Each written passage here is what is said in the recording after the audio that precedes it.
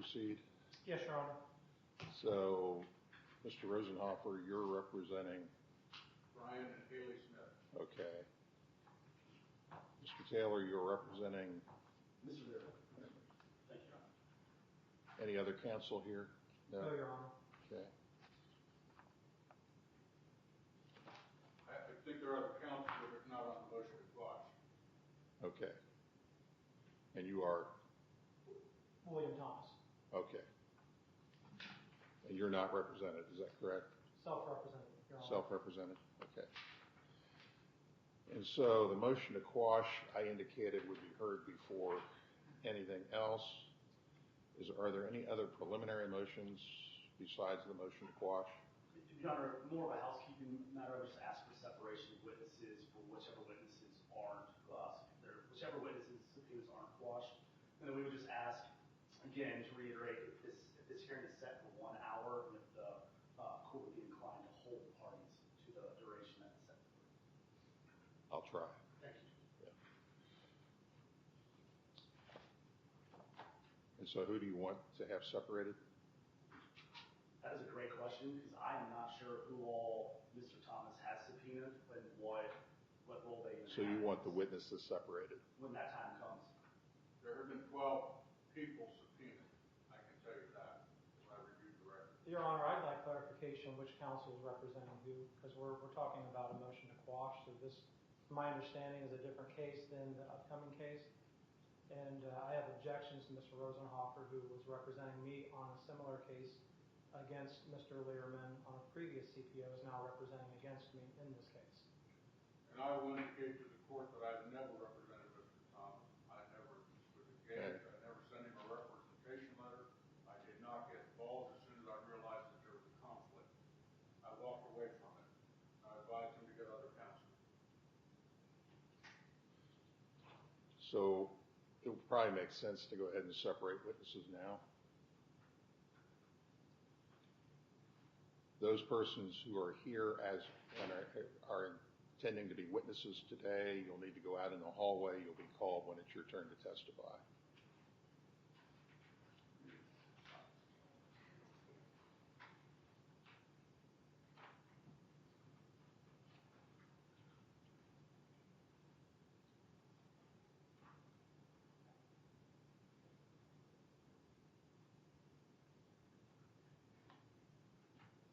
Since we're doing the motion to quash first, are the Smiths here? They're not. They're not. Okay. So you filed the motion to quash. Go ahead. I will proffer to the court that the Smiths are not, in a fair review of the factual allegations of the petition, are not named in the petition. They're not named in any respect materially as having been someone that the petitioner is trying to seek a protective order against in this case. The record is what the record is. A fair reading of it is that nowhere in the typewritten petition for protective order are the Smiths even named. And they, of course, would have no information with regard to whatever Mr. Thomas's allegation is against Mr. Learman, because they don't even know him. Your Honor, Mr. Rosenhofer is not being honest in that statement, or he's not. So what you need to do is tell me why you have a substantial need for the Smiths to testify in your case. I received a text message this past Thursday from Detective Ross clarifying that a Haley Smith was in fact a privy and part of the investigation that included Mr. Learman and several others, and a GoFundMe identity theft allegation against them. So I had went to the Sheriff's Department months ago because somebody was online using my personal information to send money to a lawsuit against a New Richmond school teacher. It was brought to my attention that Ms. Smith, Haley Smith, and Mr. Learman and a few others were part of this effort to harass us and use our information publicly to submit GoFundMe records. The records show on 12/16 a subpoena was issued and received back on 1/31/25 to a gilkished@gmail.com, registered to a Haley Smith. The IP address to that was also registered to that email went back to the Smith's residence, to Brian Smith, her husband, but I got clarification this past Thursday. It was, in fact, Haley Smith that was a part of this effort with Mr. Lyrenman to post GoFundMe donations under using our information. So that is how Ms. Smith is tied to this case, and she knows that, which I'm kind of caught off guard why she would tell Mr. Rosenhofer, or he knows. The Sheriff's Department have reached out to her, and they advised her that she was, in fact, part of that investigation. So she very much knows Mr. Lyrenman and had been complicit to those actions. That is why she was subpoenaed. So why is she subpoenaed? What does she know relevant to your motion for a civil protection order? So one of the allegations that I have, and one of the points here, is that Mr. Lyrenman does these things to harass us, myself included. There are multiple people on that protection order, not just myself, that we're asking for protection for. This Ms. Smith, working with Mr. Lyrenman in an effort to harass us, she absolutely can testify to putting together this effort to harass us using GoFundMe.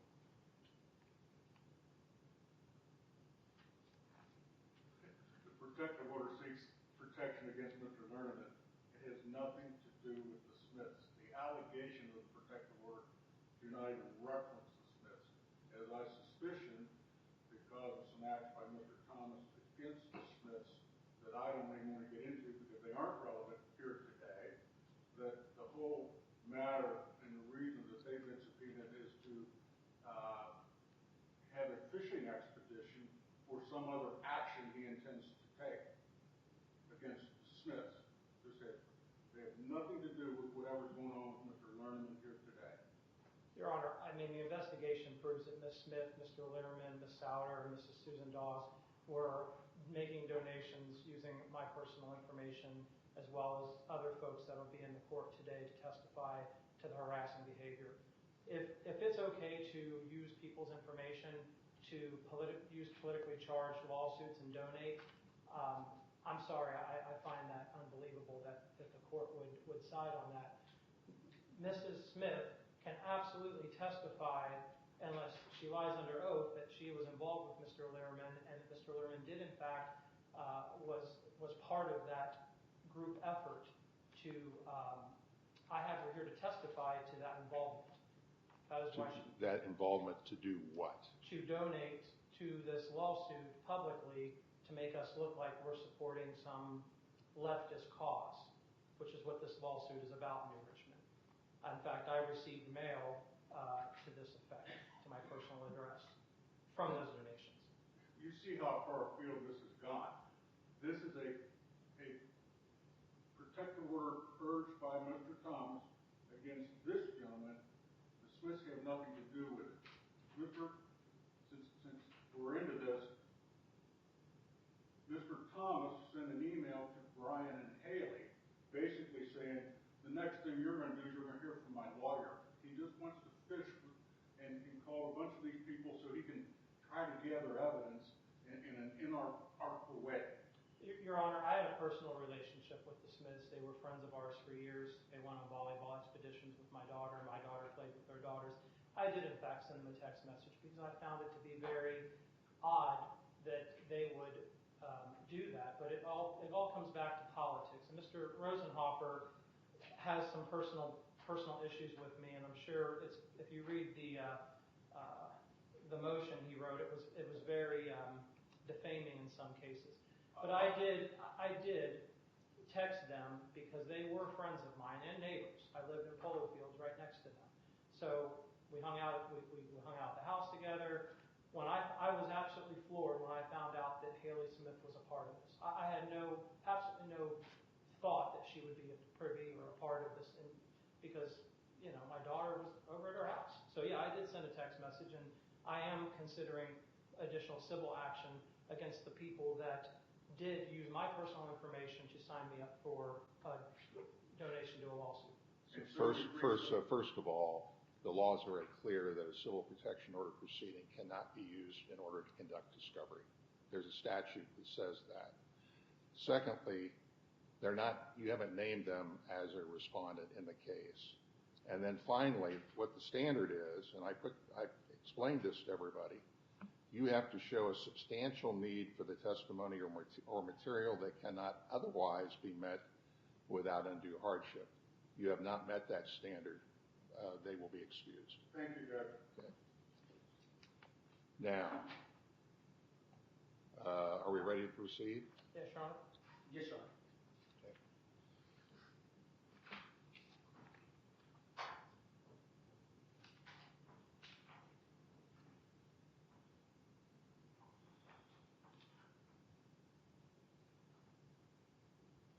So this is here strictly on a hearing on a motion for civil protection order. You're seeking a civil protection order against Michael Lyrenman. Is that correct? Myself and the other members on that protection order, yes, Your Honor. Okay. The other members on that. And the other members were excused out of this courtroom, and I'm curious why they were. Well, your petition says William Thomas. I don't see any other names on that petition. They're on there, Your Honor. It's under others. The box is checked under others. Okay. Show me where that is.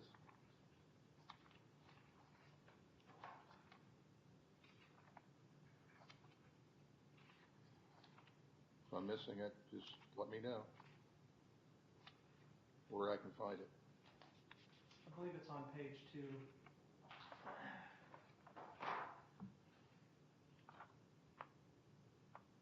Oh, okay. And then my daughter is also included on page 3. So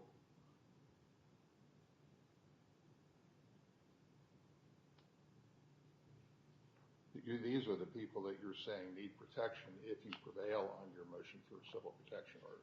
Yes. And those are Louisa McQueen, Evangelina Barak, Paul Chambers, the family or household member who's not a minor child. Is that your wife? That's my child. That's my daughter. Your daughter? Yes. Okay. Who's Catherine Thomas? Yes. Okay. And so those are persons that you're saying need protection if you prevail on your civil protection order. Yes, Your Honor. Okay. Anything else? No. Fine, Judge.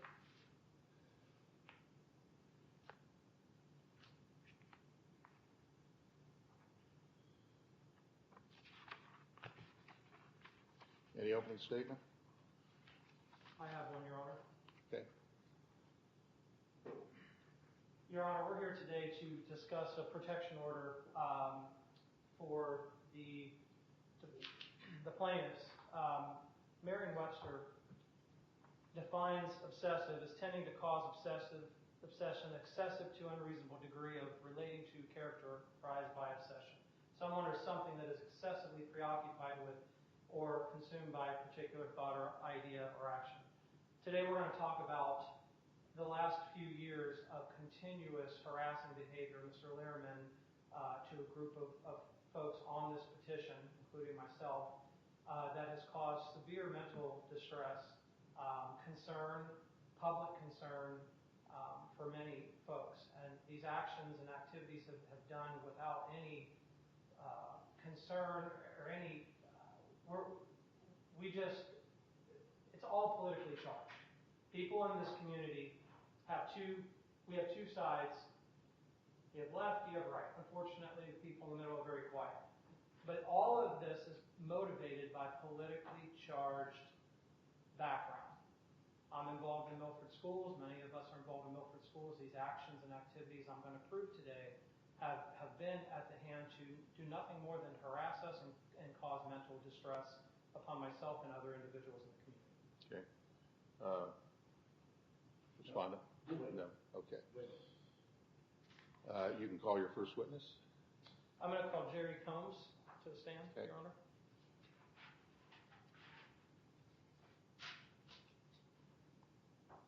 Terry Combs.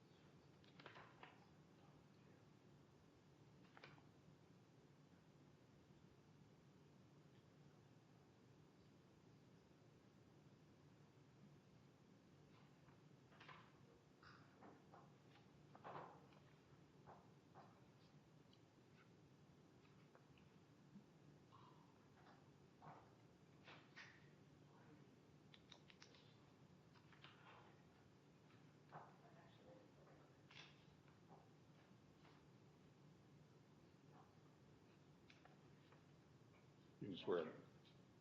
Here.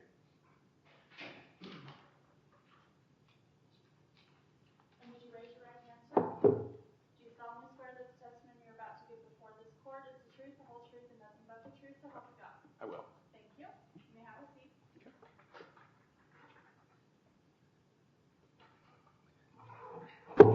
Could you please state your name for the record? Gerald Combs, Mr. Combs, how long have you been a resident of Milford, Ohio?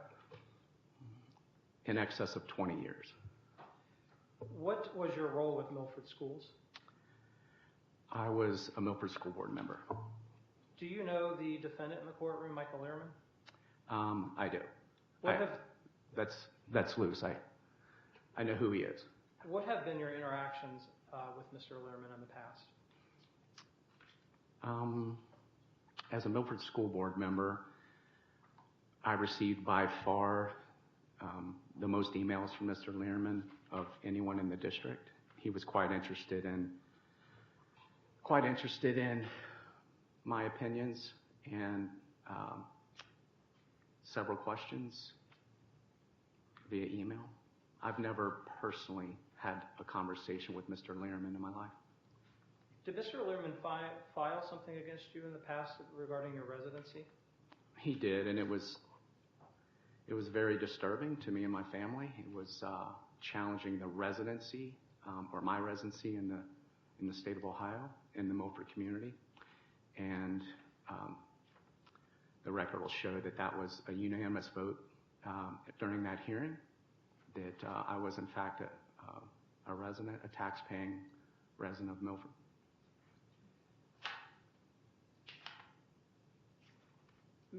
Mr. Combs, have you witnessed Mr. Lyrenman harassing Mr. Thomas in the past? I have seen online harassment and Facebook commentary. Do you feel at any point in your interactions with Mr. Lyrenman, did you feel safe or unsafe? And based on the interactions of Mr. Lyrenman in the community, have there been any concerns in your household? Sustained. Your Honor, it's important that we understand the basis of these harassing behavior and the impact that it has on my mental health and others. I think it's important that the witnesses have an opportunity to discuss the impact it has had on their mental health as well in the community. When you ask a question, an objection is made, I rule on the objection. I sustain the objection. Okay. Mr. Combs, why did you depart from the Milford School Board? It's background, I think, overruled at this point. So to be clear, I ran for the Milford School Board for two reasons: to represent the taxpayers in that community and to represent the students. And I knew going into this as an elected official that would be under some sort of scrutiny. There's tremendous political divide in our communities and nationally. And what I didn't realize, candidly, is how very strong this divide is. And to answer it directly, I resigned for the school board. The last straw was an incident from Mr. Lyrenman. Leading up to that incident, several emails, combative social media posts, cursing in these social media posts, the manners, the professionalism, the decorum was missing. I was shocked because I believe the gentleman is in the corporate America, and I was just shocked at what I saw on some of the social media posts attacking me in several positions similar. Mr. Lyrenman posted pictures of my minor daughter and my wife as she was winning homecoming queen, as we very difficultly raised her in the state of Florida. We moved out of the state, my wife and my daughter enrolled in school. My daughter enrolled in school in Florida. I maintained residency in Ohio, and I tried my best to be a supporting father and a supporting husband, and it was very challenging to do so. When he posted those pictures of her online, he posted tax records, he posted pictures of the inside of my home online. And I will tell you that that created a very unsafe environment in our home. I literally had the conversation with my minor daughter after really one of the final straws was he sent a Christmas card to my home in Florida and my home in Milford. Merry Christmas. I've never met him. He's attacked me both in social media and via email, and he sends me a Christmas card. And I talked to my wife. We had to sit my daughter down, show her a picture of Michael Lyrenman, and say, I want you to immediately call the police if he's ever in your presence. Do not interact with this guy. So I would say when you hear those facts, you should know that he has absolutely caused problems inside of our home. And it was the final straw that broke the camel's back for me to resign, was Mr. Lyrenman, among other things. He's not the only reason. But that was it for me. I had a daughter to raise. Right. Your Honor, I have one last thing for this witness. I'd like to submit these following exhibits for the case.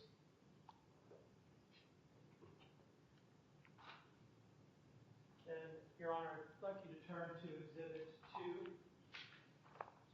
I'd like to hand Exhibit 2 to the witness.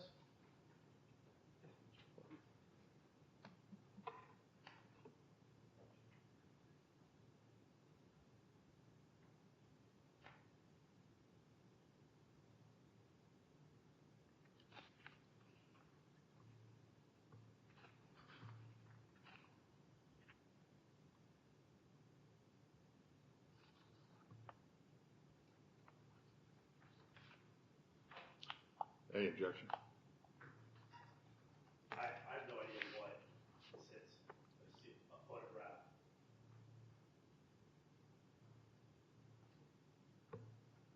What is it? Your Honor, this is my 16-year-old daughter in a post with Mr. Lyrenman. I'm just going to ask the witness if he recognizes the girl in the picture. I'm not sure this is the proper witness for his own daughter to testify to. He's welcome to take the stand and say what he believes it's going to be. Sustained. That's all, your witness. Good morning, Mr. Collins. Good morning. Everything that you were just saying, that was in relation to how it's affected your life, correct? Mine and my family's. Yours and your family's. Correct. Right. That's correct. At no point in time has that affected this man, Mr. Thomas. I absolutely can't answer that for him. Fair enough. Yeah. Right. Yeah. Everything that's affected you is everything that you testified. That's correct. No further questions, Judge. May I redirect? No, Your Honor. You can step down. Thank you, John. Your Honor, the next witness I'd like to call is Mr. Paul Chambers.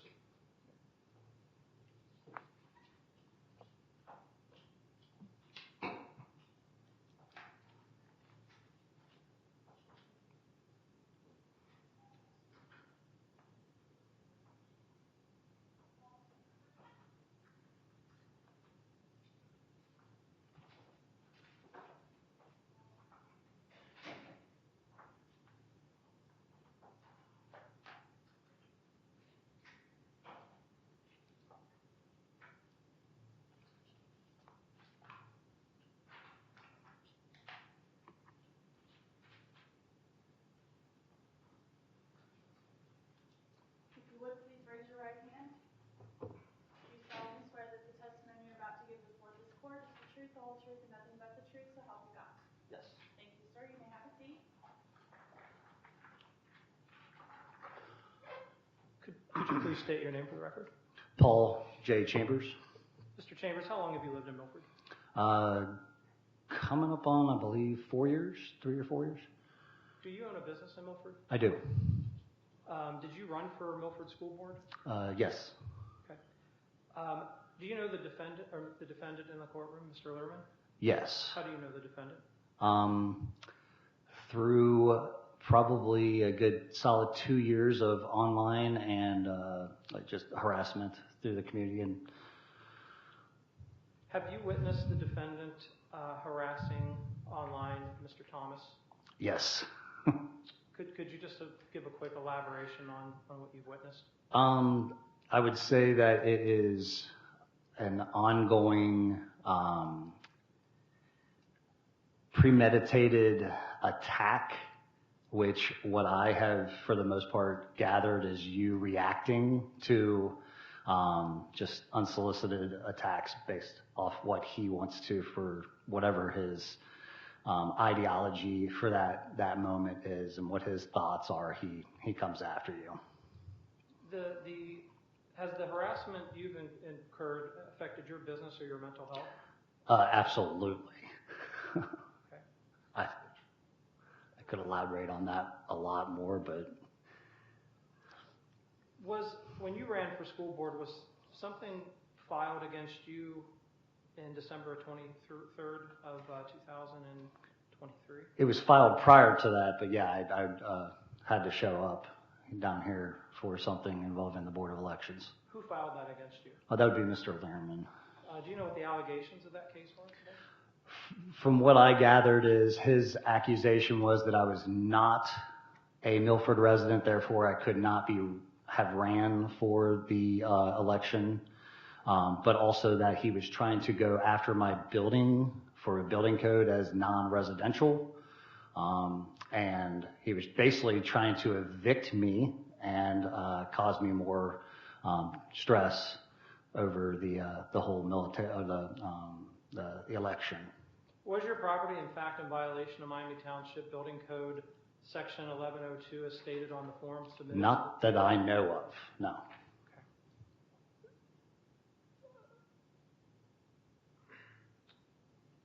Okay. Based on the last few years of your interactions and the witnessing harassment of Mr. Lyrenman, is there anything you'd like to add, say to the court, on your observations of the interactions to Mr. Lyrenman against Mr. Thomas in the harassing manner?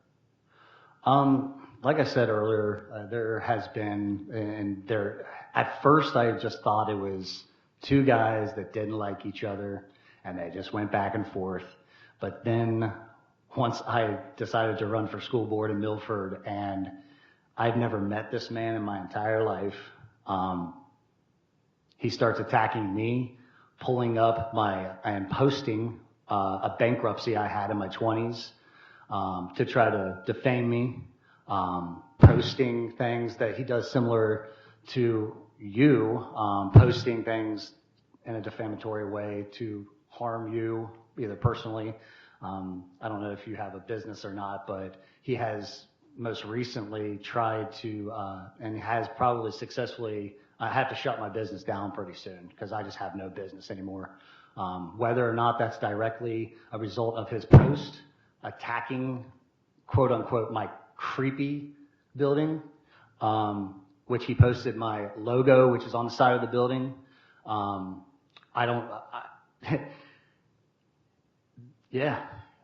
Harassment on you. I can only imagine what he's done to me, what he's done to you, because I've been viewing it and observing it for the last 2 to 3 years.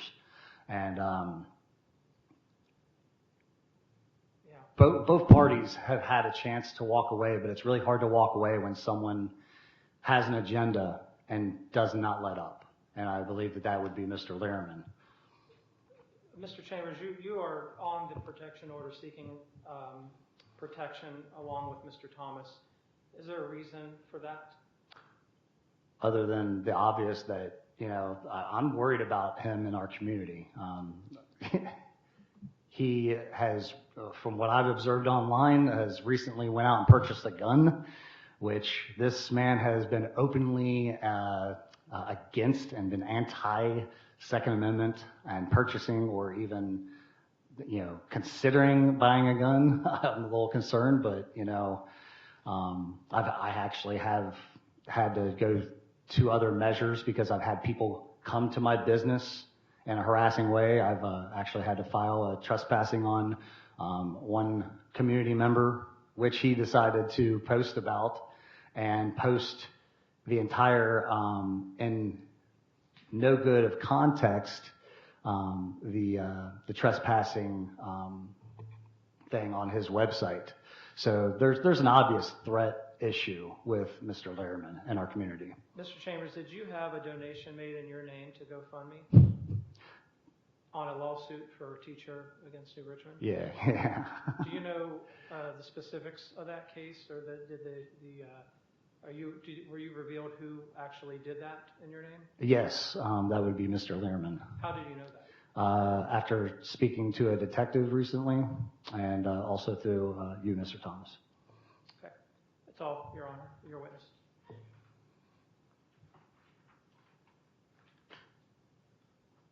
Mr. Chambers, you made some comments that your business, is it shut down or is it shutting down? Shutting down. Shutting down, so not. I made it very clear that I have not had business, like I can prove I have in the past. At this time, nothing has changed in my business model other than attacks from your client. And the economy shifted a little bit, has it not? I made good money during COVID in my business. Do you so have the your economy business? isn't Sure. the problem. Do you have your business records to show this court showing the stability of it or instability of that business right now? I actually, if you would like me to present my Square information on my phone, I have it electronically. If you want to put your phone into evidence, do you have anything concrete that you can show this court? If I can present it at a different time, then I would. It's today, right now. Yeah, well, I think you know that that's not possible. This line of questioning, what does his business finances have to do with Overruled. his business? So you have nothing to show this court? I do not physically have anything today. Yes, correct. Now, the comments about an individual or a community member that was trespassing on your business, that was not Mr. Lyrenman. Oh, no, he posted the actual thing on his little website that he runs on Facebook. But he's, to the best of your knowledge, never even been to your company. Well, he has a picture of the front of my building on his what do you call it, intellectual property online. So I have to assume he took the picture. So you're speculating that he took this picture, but all you have is a picture of your company on his page. Nothing to show this. He has a picture of my company on his page. I understand. We can go back and forth on that. But I understand that you have a story to tell. You've had your opportunity. I'm going to ask some questions. You could just answer them, okay? I am answering. Sure.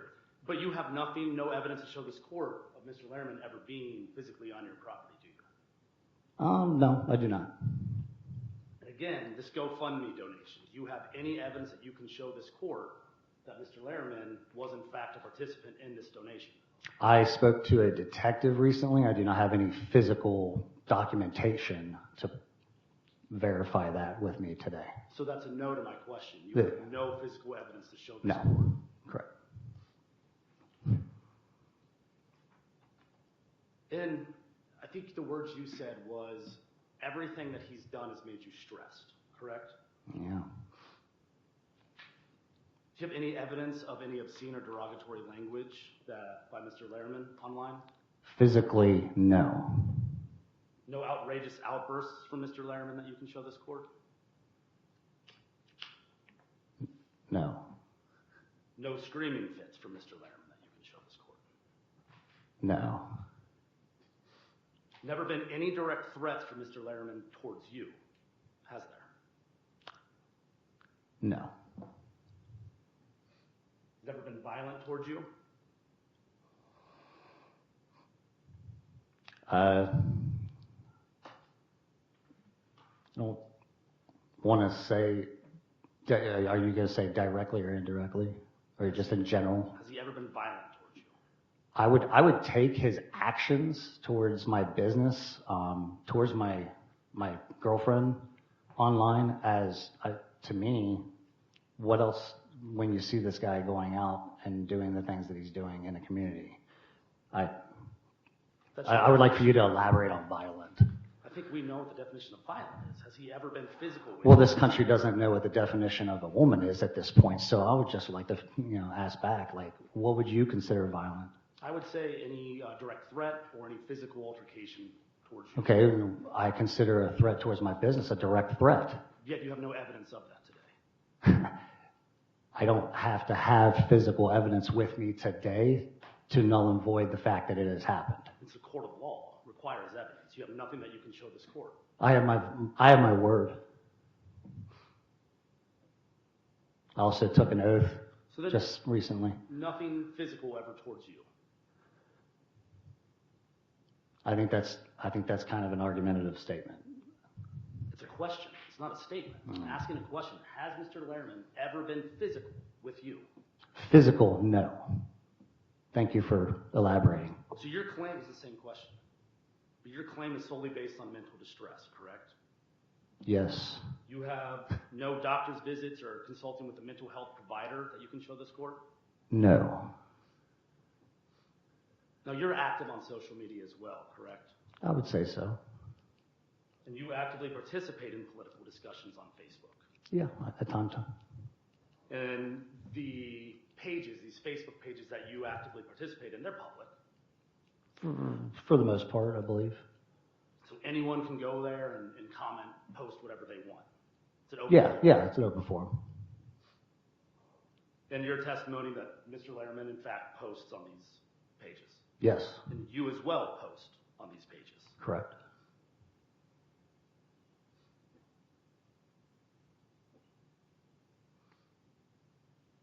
Would you consider it back and forth banter between you and Mr. Lyrenman, Mr. Thomas and Mr. Lyrenman, and the other members of the association? No.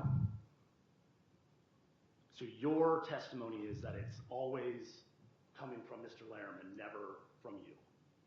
100%. Never. This man engages in online harassment, yes, and I respond.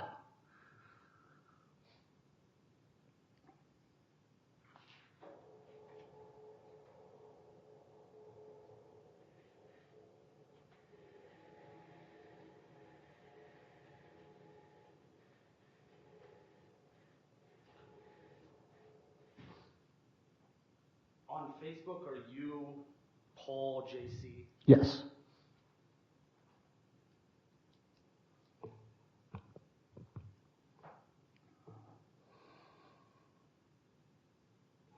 Do you recall a time where Mr. Thomas, unsolicited, posted a picture of Jared from Subway, asking, why is it that,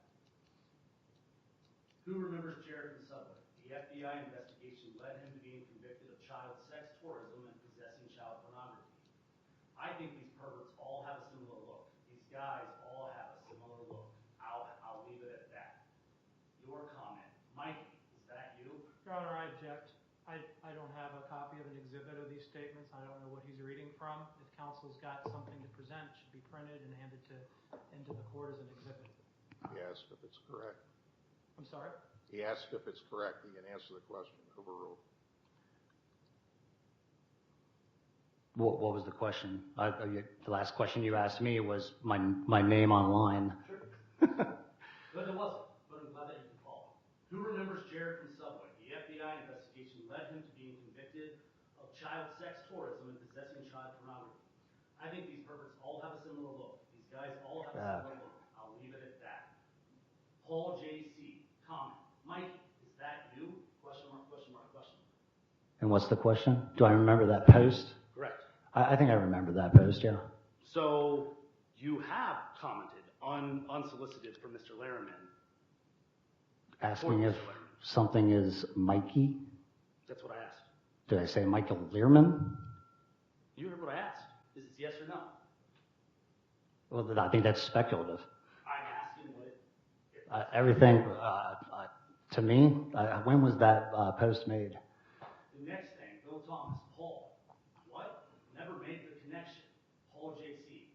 Come on, comparison is undeniable. I almost believe they are the same person. Bill Thomas, Paul JC. I just don't see it with a picture of Michael there. I don't remember that.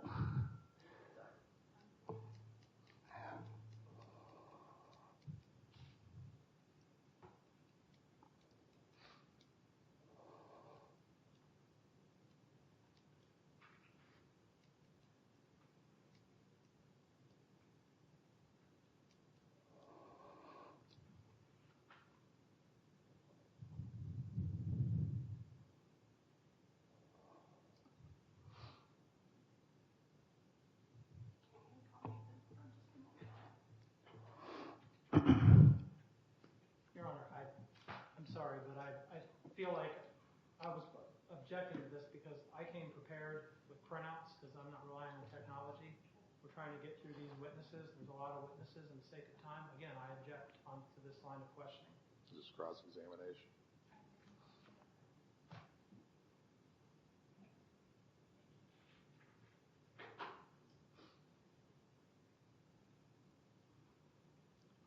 May I ask a question as well, Your Honor? No.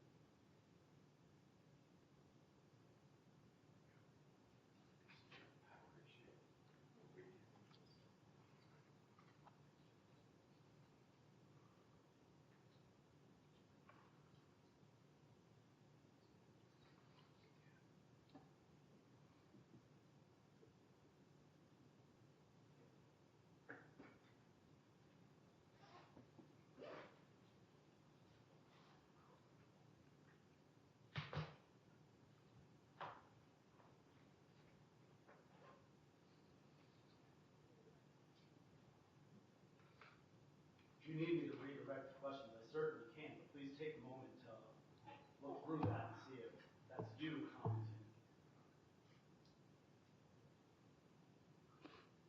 Yeah, I mean, that's me. My name's right there. And this is your comment. Mikey, is that you? Yeah, I also see me responding. I just don't see it. Okay. That's not you responding. Oh. That's Bill Thomas responding. Oh. I just don't see it. Your comment was, come on, comparison is undeniable. I almost believe they are the same person. Now, I read that correctly, didn't I? Oh, yeah. Then we continue. Paul J.C. Mikey, when he hides in the basement from his fake wife and kids. Yeah. Paul J.C. Dave Lingo, he stays involved online because he's a loser at home within his own walls. He isn't stupid. He knows he's vastly disliked and unlikable because of how he acts like a childish victim in every post he makes. The best part is, he's done it long enough to make a name for himself that most know to avoid and never take serious. He will never hold any office or position in the public to ever matter. So he continues to pester and annoy because it's all he has to provide. Correct? So you, in fact, did, unsolicited. No, I was stating a lot of true facts. That was my opinion. So, yes. Nothing wrong with your opinion. Yeah, You're allowed correct. to voice your opinion. Yeah. Similar as if Mr. Lyrenman's allowed to voice his opinion, correct? But to say... Opinion, yes. But to say to this court that you have never, unsolicited, made comments involving Mr. Lyrenman is a bold-faced lie. Never gone to his page, no. But you just said to this court that you had never unsolicited made comments about Mr. Lyrenman. That is a lie when you said it. I'd actually like to see the transcripts of how I worded that because I think that you're twisting things. Did you not say that unsolicited you don't make comments? I definitely would like to see the transcript, and maybe I It's a maybe I yes or no misspoke. question. Well, maybe I misspoke then, So now it's that you misspoke. possibly. Okay. And again, you're participating in this, what you may call grown adult banter back and forth. But yet you want to claim that you're suffering mental distress because of some online post, but yet you participate in it, do you Yeah. not? Do you have a date when that post was made? I don't. I'm asking you a question. Oh, so you don't have a date? You participate in it, do you not? So if this happened after the election, when all the stress was brought upon my life and my family, for me to have a changed opinion on Mr. Lyrenman and to say things that I would have said there, you don't think that that would make sense? I mean, have you ever been distressed by someone else? Have you ever had someone attack you online? Questions. I understand that you've got a lot of things you want to say, and he's going to give you the opportunity to bring you right back and let you have a second shot at telling your story. What I'm asking is you participate in this banner back and forth, but yet you claim to suffer from mental distress, correct? Yes, there has been mental And you distress. have no evidence to show this court that you physically suffered any mental distress, do you? I do not have any physical evidence with me today, No no. further questions. Your Honor, I'd like to cross. Go ahead. No cross. Thanks. Redirect, right? Redirect.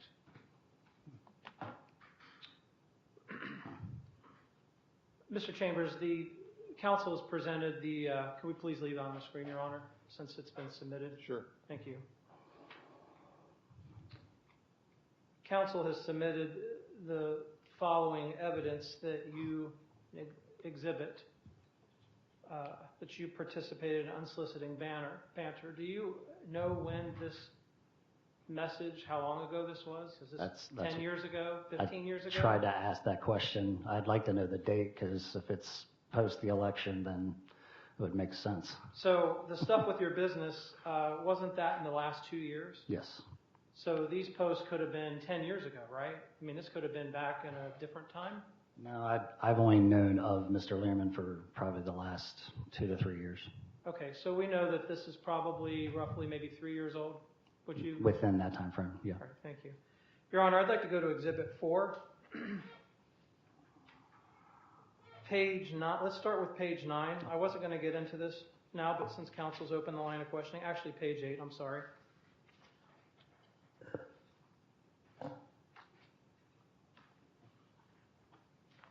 May I approach the witness, Your Honor? Please. Thank you. Mr. Chambers, do you recognize that Facebook post? What page is it? Absolutely. I'm sorry, it's page... Page 8? Exhibit 4, page 4, page 8. Okay. 8. Who's that a picture of? That would be a picture of me. What are you doing in that picture? I am driving a pontoon boat. Where? I believe that was up in Lake Erie. Now, area. that page that's posted on, what's the name of that page? That has changed Claremont. And who owns that page? I believe that would be you. No, it's- Oh, changed. Sorry, there was a change and changed Claremont pages. So yeah, that would be Mr. Lehrman. Now, how do you know Mr. Lehrman owns that page? Because of recent court hearings that brought it to light because of you. And did Mr. Lehrman admit to owning that page in a court hearing? Actually, I believe in the court hearing he did have to admit that that was his page, yes. So if this is Mr. Lehrman's page, and this is a picture posted off of you. Where was that picture that he grabbed? Was that on your personal Facebook? Where was that picture posted? I think that was my profile picture at some point in time. Would you feel that that type of behavior would cause this to be unsolicited? Wouldn't this be solicited in your mind? Yeah, this is one of many that he has posted. Your Honor, turn to Exhibit 4, page 9. Oh, you gave me 2. You gave me 2. Oh, sorry. Who's that in that picture? That would be me. I don't even know what's going on in that picture. I don't need What's the date of that picture? It says January 22nd, but it doesn't have a year. Okay. I believe this was 2024 because some of these pictures are from 2023. Your Honor, I would like to notate on Exhibit page 8 that the date was February 1st, and then the date of that picture is It says January 22nd. January 22nd. And I'm not going to take up the court's time to go through all these, but you can turn to page 10, Exhibit 4, page 10. Another picture on January 21st of Mr. Chambers. We can go to...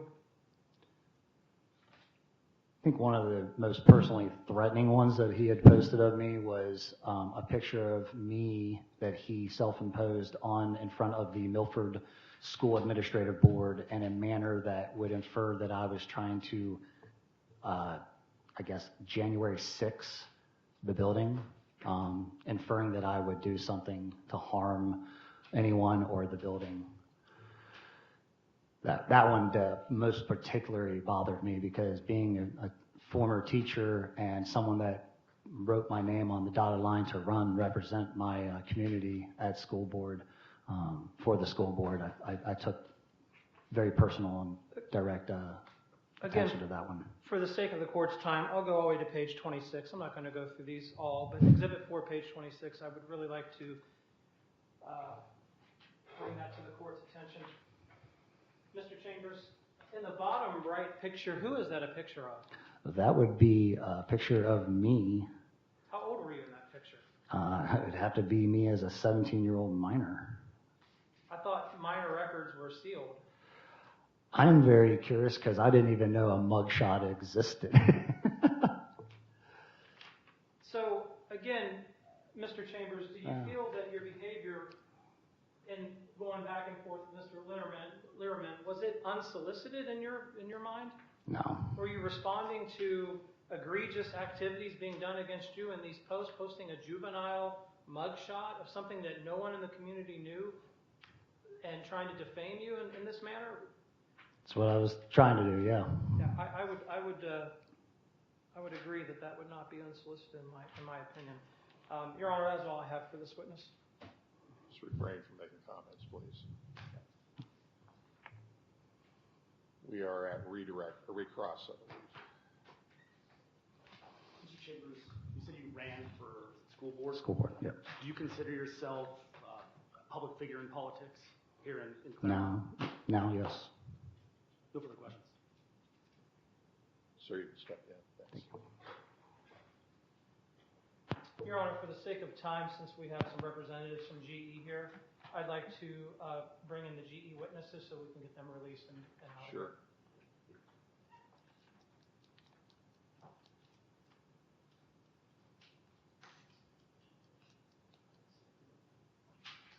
Sir, is he allowed to stay now that he's testified? I assume he can be excused. Yeah. So he's. Is that okay with I you? have no need for it. You're excused then.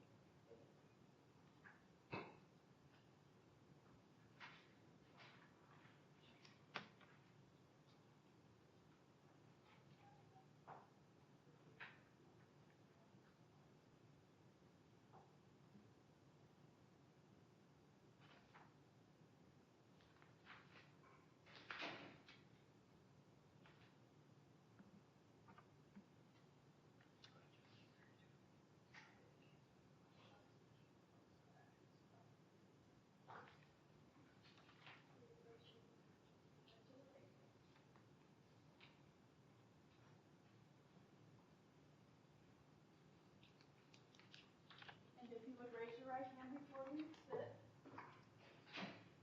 Do you solemnly swear that the testimony you're about to give before this court is the truth, the whole truth, and nothing but the truth, so help you God? I do. Thank you. You may be seated.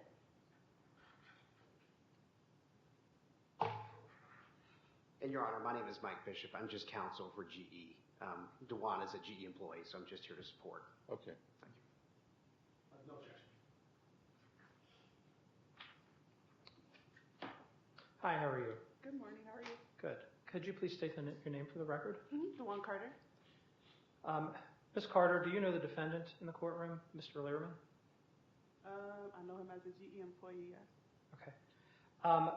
Have you been made aware of Mr. Lyrenman's activities on social media harassing Mr. William Thomas? I received what we call a concern that was raised about some social media activity involving Mr. Lyrenman.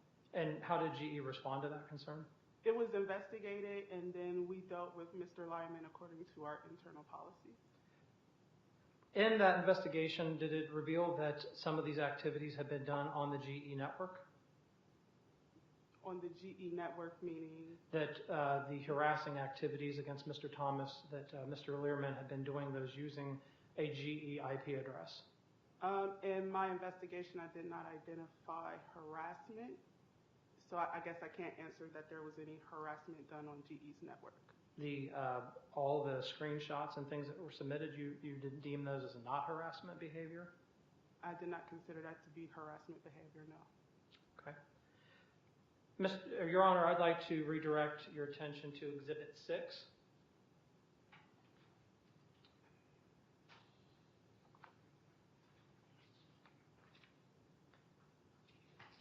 Exhibit 6 is a records request copy of a subpoena that was issued pertaining to a previous incident with Mr. Lyrenman signing Mr. Thomas up for a parenting class in the county using his personal information without his permission. This was the returned record by Detective Ross of the Claremont County Sheriff's Department, who is here today to testify. I didn't hear a question asked. Please. I'm sorry, I didn't hear a question. I didn't hear a question either. The question I have is, were you aware that this behavior was done on a GE network? I guess, I'm sorry, I don't understand the question. The behavior that was reported to GE, did you understand that that was being done on a GE network? Signing Mr. Thomas up for a parenting class without his permission? I didn't have any of that information, so I can't attest to Mr. Lyrenman doing any of that kind of activity. You didn't receive any of that information from Mr. Thomas in an attachment in an email? No. I didn't see anything specific to that, no. Okay. Your Honor, can I use the screen to show the email that was sent to Ms. Any objection? Yes, as long as he uses his. Okay. Yeah. Okay,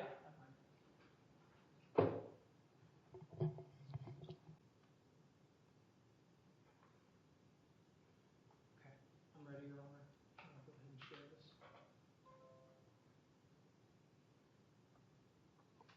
Okay. So, Ms. Carter, on January 14th, 2020. Yeah, you can come out, that's fine. Is your email address duwan.carter@ge.com? Currently, no. At the time of this email, was it your email address? Yes. In this email, what was this email pertaining to?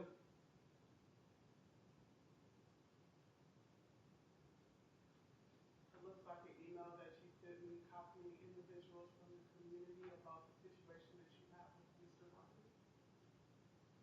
And at the bottom here, what are all of those attachments? Attachments that you sent with your email. And then this one right here, did you receive this email, Ms. Carter? I did receive the email. So this, just a second ago, you testified that you didn't have this information about what was submitted to GE records, but it is in this email attached This here. wasn't what you described to me, sir. It's in this exhibit here. That wasn't what you showed me. This is a warrant that was obtained through the Claremont County Sheriff's Department, and this was the request that came back on the investigation on Mr. Lyrenman for using Mr. Thomas's identity. This was explained to you in the email. And I received this document alone by itself without any document to support from law enforcement or anything else. So to me, this looks like something that could have been pulled from Google without supporting documentation. Did you reach out to the Claremont County Sheriff's I Department? did not. That's not a part of my job. It's not a part of your job to It's not. investigate. If you're investigating something, it's not part of your job to make sure that. In my role, we do not work with law enforcement, sir.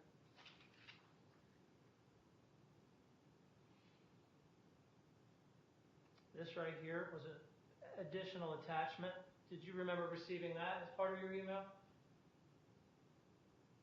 Your Honor, you can see this for yourself in Exhibit 5 if you can't read the screen. I don't recall seeing this document, no.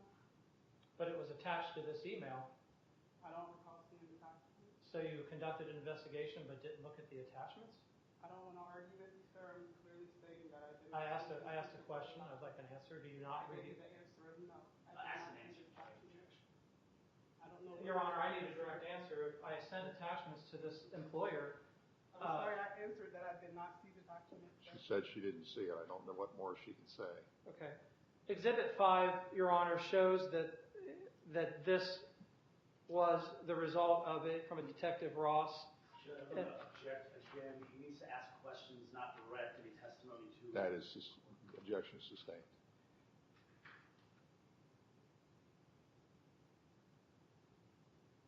Mrs. Carter, are you familiar with what a search warrant it does? I'm going to object.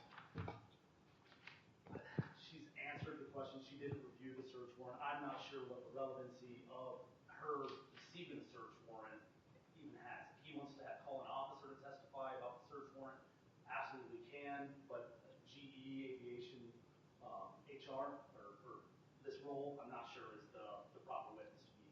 Your response? Your Honor, the reason for this line of questioning is that Mr. Lyrenman conducted harassing activities that led to a criminal investigation. His employer was contacted because it was done on their network. I'm asking questions that pertain to his employer because it sounds to me that the employer didn't truly actually investigate this, and Mr. Lyrenman's been given a pass at his employer, and it will tie, I believe it ties his employer into the whole harassment, into this entire thing. Your case is not against the employer. Sustained. Okay. Ms. Carter, as a result of your investigation, what actions were taken?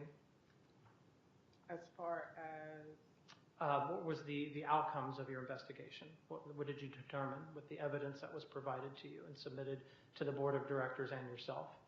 so Mr. Lyreman was addressed about the inappropriate nature of the comments that were made on social media. His leadership and his HR director would have had a conversation with him about his acceptable use as far as his acceptable use in regards to GE's internal policies. And he was given direction that should he, in the future or beyond, there was specific stipulations that I don't have access to because I'm not the one giving the corrective action. But he was instructed that if they find any other social media action, that there will be further actions taken against him. Have you investigated these types of complaints before? I have. In this scenario, I mean, have the types of complaints that you've dealt with led to these types of social media arguments regarding employees? I'm sorry, could you repeat that? So have you, in your investigation, where your investigation, was it involving employees and these types of interactions in social media? It would involve, I've investigated any sort of employee action in social media, yes.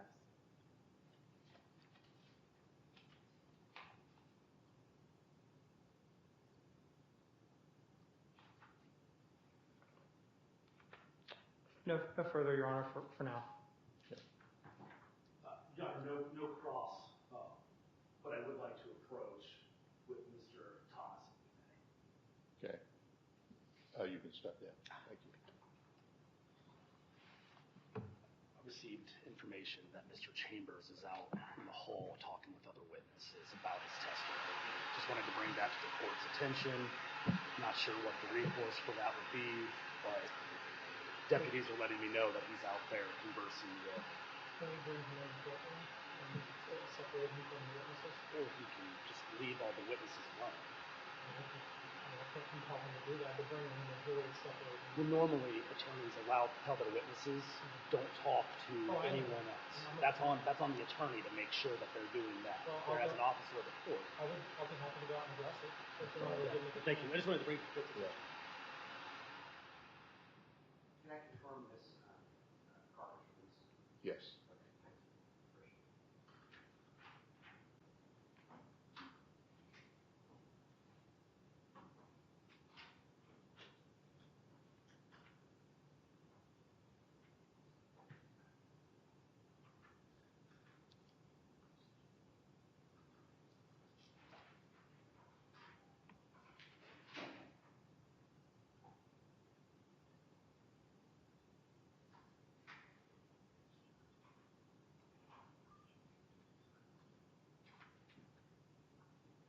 I apologize, Your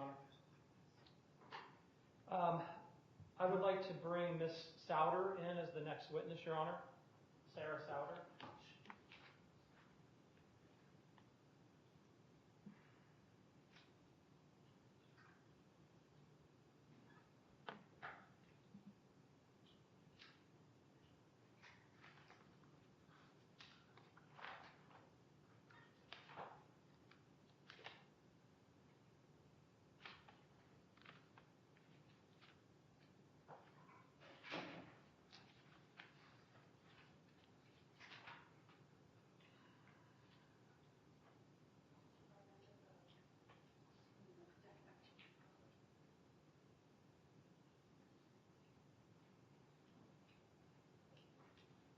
please raise your right hand, Ms. Sauber?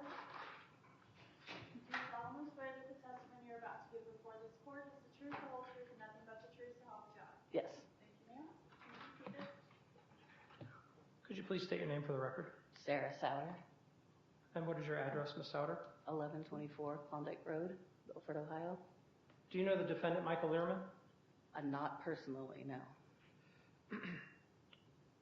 You have no relationship with him, Mr. Lyrenman? I'm friends with him on Facebook. Okay. Were you aware the page changed to Claremont? Was I aware of it? Yes, I was aware of it. Okay. Do you know who owned that page? I did not. Nope. Okay. Have you ever assisted Mr. Lyrenman in creating content for that page? No. Are you aware that there was a criminal investigation involving that page? No. Have you ever, reminding you that you're under oath, I again ask you, have you ever assisted Mr. Lyrenman in creating contact for that page? No. Okay. Are you familiar with the site GoFundMe? Yes. Do you know about the lawsuit against the New Richmond Schools teacher involving a teacher that was reprimanded for violating school policy by placing a trans book in her third grade classroom? Yes. Did you make donations towards this cause on the GoFundMe website? As far as I know, I've been contacted by a detective, and it's an open, ongoing investigation I'm not supposed to comment on. Did Mr. Lyrenman at any point reach out to you and talk to you about this GoFundMe donation? We've talked about the GoFundMe. But did you discuss donations to Mr. Thomas or any other community members? I didn't discuss.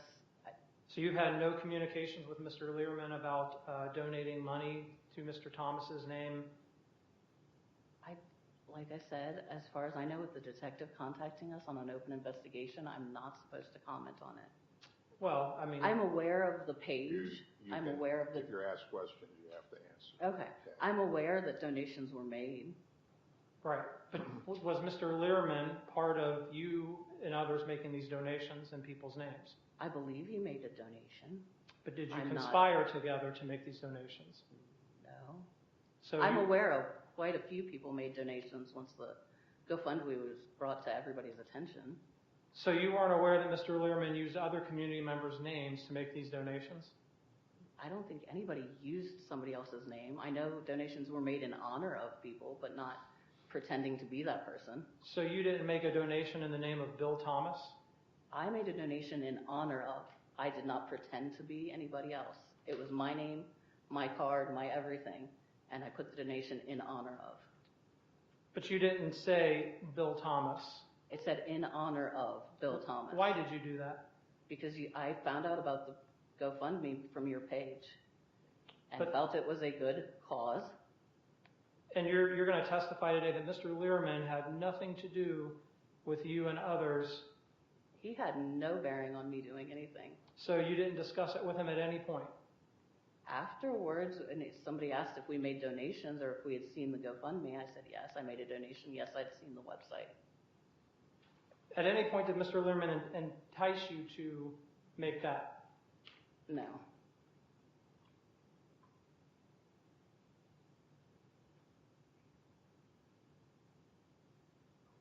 Are you aware that there have been warrants issued for information regarding that investigation?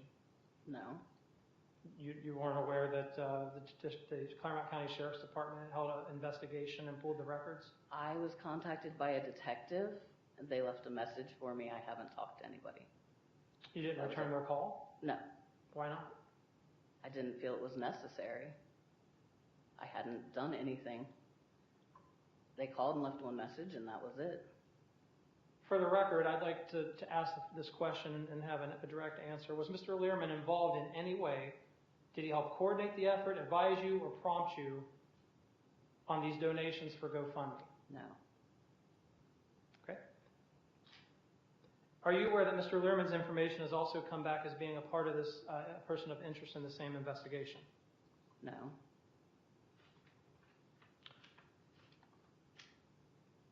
Your Honor, I would like to turn to Exhibit 1. Were you aware that Mr. Thomas received this letter and this flag in the mail? I saw you post something about it. Other than that, no.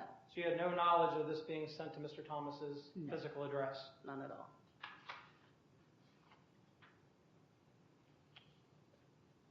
On page 2 of Exhibit 1, Your Honor, may I approach the witness? You may. This donation on this page doesn't say in honor of Bill Thomas, it just says Bill Thomas for $50. You did not make that donation? No, I did not. Okay. Do you know who made that donation? I do not. No further questions, Your Honor. You can step down.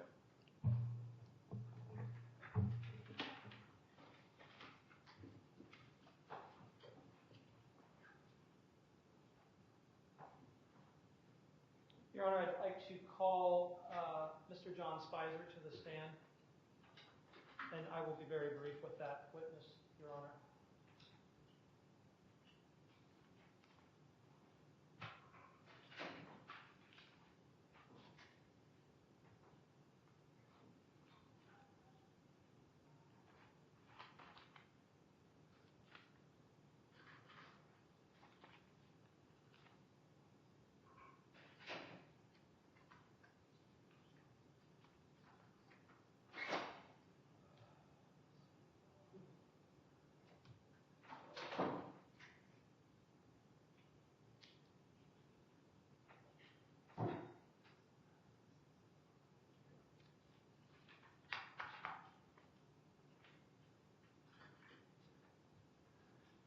And if you'll raise your right hand before you're seated, sir. Do you solemnly swear that the testimony you're about to give before this court is the truth, the whole truth, and nothing but the truth, so help you God?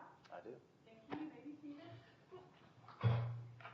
Could you please state your name for the record? John Spicer. Mr. Spicer, what is your role in Milford Schools? I'm the superintendent. How long have you been in that role? This is my 5th year, school year. Over the years, what did you do previous to that for Milford Schools? Prior to being the superintendent, I was the director of human resources at Milford. So it's safe to say you've been with Milford for quite some time. Yes. In your time with Milford, would you say Milford Schools has suffered some politically divisive issues? The community has suffered some politically divided. Yes, the community is divided. Hasn't impacted the school at all? Everything that happens in the community impacts what happens inside the schools. Do you know the defendant, Michael Lyrenman? Yes. How do you know him? Michael is a community member of the district, has also served on the Citizens Advisory Commission. Did Mr. Thomas serve on that same committee? Yes, Mr. Thomas did. So how did members get elected to that committee? Members of the community filled out a Google form, myself, some of my cabinet and members just looked at those, their questionnaires, and then added them to the committee. Mr. Spicer, earlier today we heard testimony from a school board member, previous school board member, Mr. Combs, and a school board candidate, Mr. Chambers. In your time with the school district as superintendent, what did you witness any harassing behavior from Mr. Lyrenman to a school board member and school board candidates that were more conservative in nature? I myself did not witness them, no. You've not seen any of the social media posts or emails that have come in from Mr. Lyrenman? You haven't been privy to those? I have been privy to, obviously, any emails that come directly to me. I have been off of social media for some time, and so some people may have shared them with me, shared comments, but I personally have not been on social media, only to return this past December when my mother passed to post there. Sorry to hear that.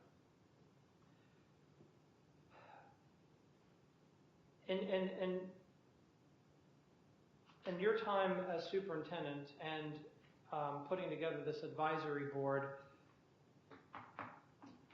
I got to go back to that question that you hadn't witnessed in the community groups the behavior of Mr. Lyrenman harassing community members, including Mr. Thomas. Just to be clear on that question, you haven't witnessed what you would consider being bullying tactics or harassing behavior against other community members and Mr. Thomas from Mr. Learman? With my own eyes? Are you like physically in the same room? Have you witnessed them in any form? Just witnessed that. Could be your eyes, could be physically. I would say that there are bully tactics between the two of you, back and forth. Yes. What about other community members? I don't recall that. I would not recall that because again, I'm not on social media. I took myself off of Facebook purposefully for Okay. almost a year. So, did any of the folks in the community reach out to you directly? How's Sustained. Let me try to reframe this question. When you reframe it, make sure it's non-leading. Some of the questions have been very leading. Have you been contacted about Mr. Learman from anyone in the community? Via email, phone calls, any contact method? No, not specifically about Mr. Learman, no. You haven't received any emails or phone calls about Mr. Learman? No emails that I recall.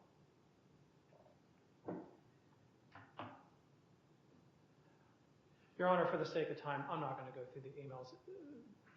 I'm not going to do that to the court today. That is not true, but I will back down off this. I mean, The questions asked. Just asking again that you direct questions to the witness. Are you, I'll let this witness go. I'm not going Okay. to take up the court's time going through emails. No cross. sir, you can step down.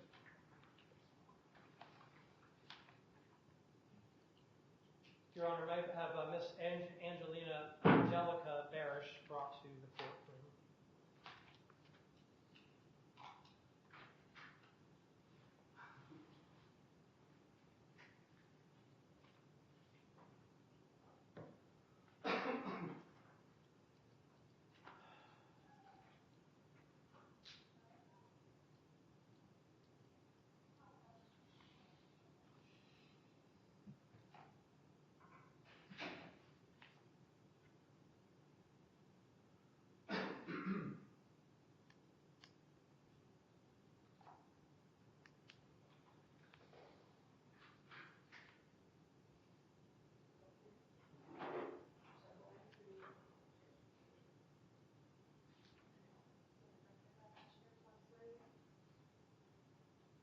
No, can I also ask to take the demonstrative down until it's used again?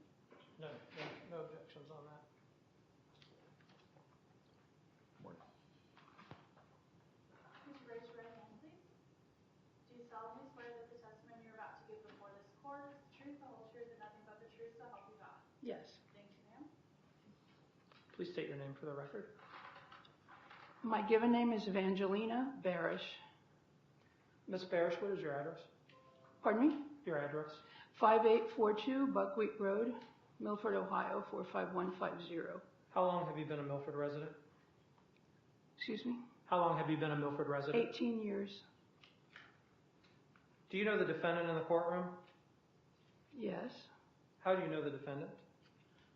Mostly online. I don't know him personally, but we started having back and forths in neighborhood pages online in 2023.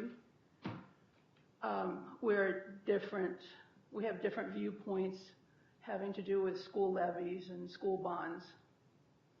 And so I shared my views and he countered them. And so we went back and forth several times. Have you ever been an elected official? No, Are you currently serving in any official capacity? no, Statutory duties with the No. state? no. Your Honor, may I approach the witness? You may do so. Exhibit 4, page 28, Your Honor. If I could redirect your attention. Ms. Barish, are you familiar with this post? I am. That's my photo. Where was that photo taken? I think I took that photo at home. Where was it posted? Like how When was it posted? It was posted in October of 2023. But where was it posted? Was it posted publicly, or is it on a? It was yes, that's Change Claremont is a public page. No, it was, I'm sorry, let me reiterate the question. Where was that original photo posted? How would one get that? In my Facebook profile. Is your Facebook profile locked down? It is locked down. So how would one get a hold of that picture? Probably copying it from my profile photo. It might have been a profile photo at one time. Okay, so potentially it could have been accessible publicly at one point. Yeah, my profile photo is. The rest of my Facebook locked. How long do you typically leave that? Like, if you had to go back and think, how long was that picture posted as a profile picture? A few months. So somebody grabbing that would have to probably watch your Facebook page pretty Definitely. closely. Okay, that's a safe assessment. Yeah, I change them every few months. Who posted that picture? Do you know? Well, as far as I know, Michael Lyrenman is the one that's behind Changed Claremont. What led you to believe that? It's a parody page on Change Claremont. But how do you know Mr. Lyrenman is the owner of that page? No, it's hearsay. It's hearsay to you? Yeah. That he's the one. Were behind you? it. Did you attend a hearing between Mr. Thomas and Mr. Lyrenman, where Mr. Lyrenman filed a protection order against Mr. Thomas? Yes. Do you recall Mr. Lyrenman on the stand admitting anything in that hearing? I believe that he was asked if he was behind that page, and he admitted to it. But you can't be for certain? I think so. That was a year ago. I think that's what was said. The Exhibit 4, page 26, Your Honor. Ms. Barish, do you recognize that photo? Yes, that's another profile photo that I had on Facebook. And just below it is a photo of a dildo that was thrown in my yard after Mr. Lyrenman doxed my address. And I posted it in a local neighborhood page. It's called a complaints page. And my complaint was that that was thrown in my yard, my front yard. Did you ever find out who threw that in your yard? No, I don't have cameras, so I don't know exactly. But it just happened to be a few days after he doxed my address. But there's a picture of you There's with a the picture. dildo in the yard Mhm. posted on Changed Claremont, where Mr. Lyrenman is the owner. Is that correct to say? Right. Have you witnessed Mr. Lyrenman harassing Mr. Thomas? Yes, online, yes. What has been your experience in that witnessing that? The attacks have been vile and unnecessary.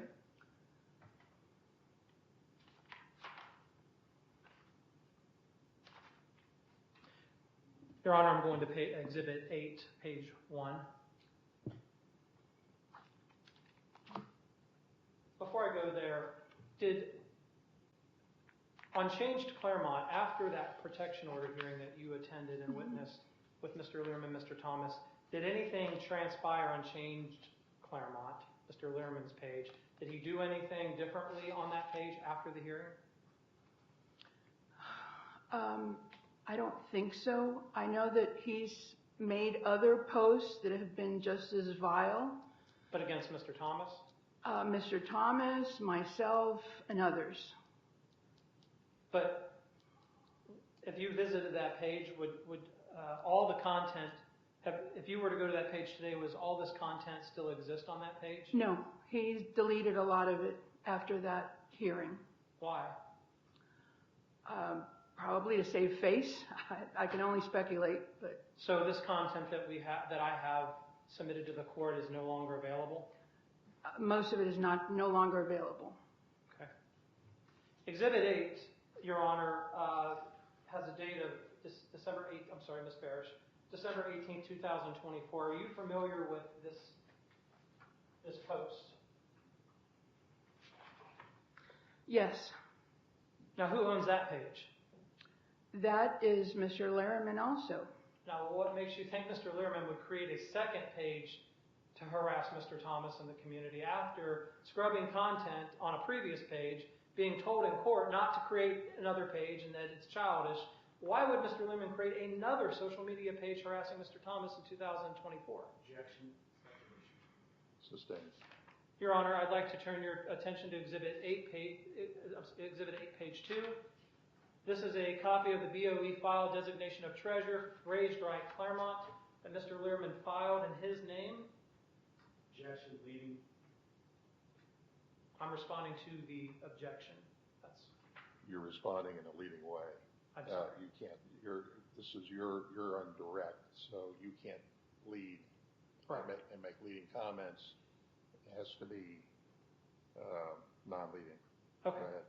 I can reframe the question, Your Honor. I'll withdraw.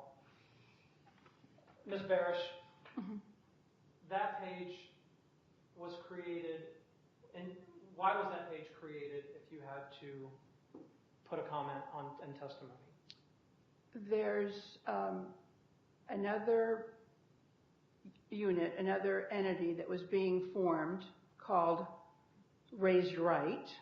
Okay. And you and Louisa McQueen did a video on it, a video for all to see, anyone could see it. And they named the PAC Raised Right. And Mr. Lehrman, 2 days later, got the name, he had changed the name through the state and opened this page. So Mr. Lehrman opened a page, if I'm understanding correctly, Mr. Lehrman watched a video, and what you're testifying to is that Mr. Lehrman watched a video of Mr. Thomas and Ms. McQueen talking about forming a PAC Correct. with this name. Correct. Then 2 days later went and started a PAC with that same name? I'm just asking for clarification of her testimony, Your Honor. You're doing it in a leading way. I apologize. I'll withdraw. Ms. Barish, are you familiar with this record? I am. This is a record from the Board of Elections, and that's when Mr. Lehrman got the PAC name registered with the state. This is a state form. So that form shows the court what? What does that prove? That proves that on the 23rd of November of 2024 at 10:19 a.m., he formed this PAC with the state. And that was just a couple of days after the video with yourself and Lisa McQueen saying that you were going to open up a PAC under that name. So this Raised Right PAC was opened by Mr. Lehrman. Correct. And then this page is called the same as this PAC, is that correct? Yes. So would it be safe? Yes. So, I can't ask you that question. All right. The page has the same name as the PAC. Okay. So it would appear that Mr. Lehrman would own this page. That's my conclusion, yes. Okay.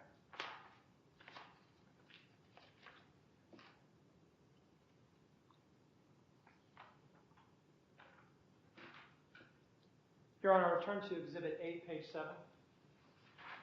Ms. Barish, are you familiar with this event that took place? Yes. Whose address is that listed as? Whose address? It's your address. Whose address? William Thomas. Thank you. What was that event for? It was an inauguration watch party to view the inauguration of Donald Trump. So that invitation was posted on what page? The Claremont Raised Right, which is the PAC that was formed after Mr. Lehrman took the name Raised Right Claremont. Okay. The PAC that Louisa and yourself planned on forming, since the name was taken, you had to change the name. And that's where it was posted.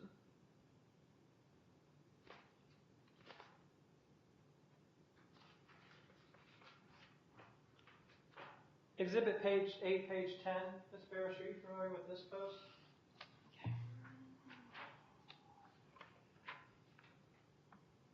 Yes, I've seen that post. In that post, what is your impression of that post? It's a lie. So Mr. Lyrenman writes on this post, identity fraud, look at these copycats because why? If there's only a copycat, it would be him after he watched the video and he took the name. Do you feel that watching videos would be harassing to you? Somebody watching Not something? watching a video is not harassing, but if you take steps after you've watched the video to upend the plans of using that name, yeah, I would consider it harassment. No further questions, Your Honor.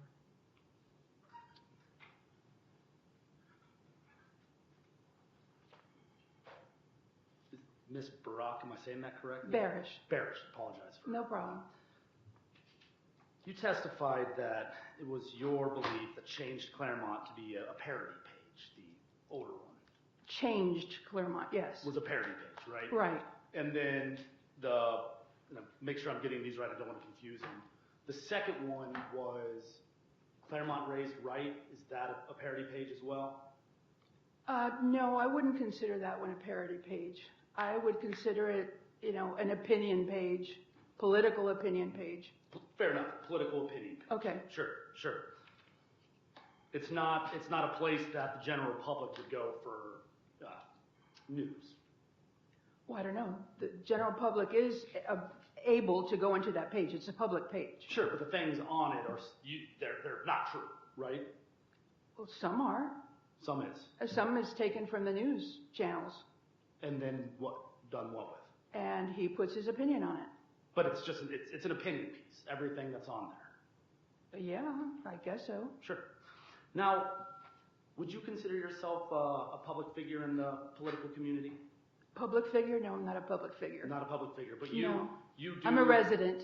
You're a resident. Yeah. But you get on like live stream media, live stream meetings with this PAC, right? I'm there. Sitting up front, sitting at the table with Mr. Thomas and Ms. McQueen. Yes. And is that normal? Are you there every time sitting with them? No, not normal, not every time, and not the same table, not at the same location. No. But oftentimes you do, and then you'll speak and you'll address things there, correct? Yes. And now they're open forums, so to speak, right? Yes.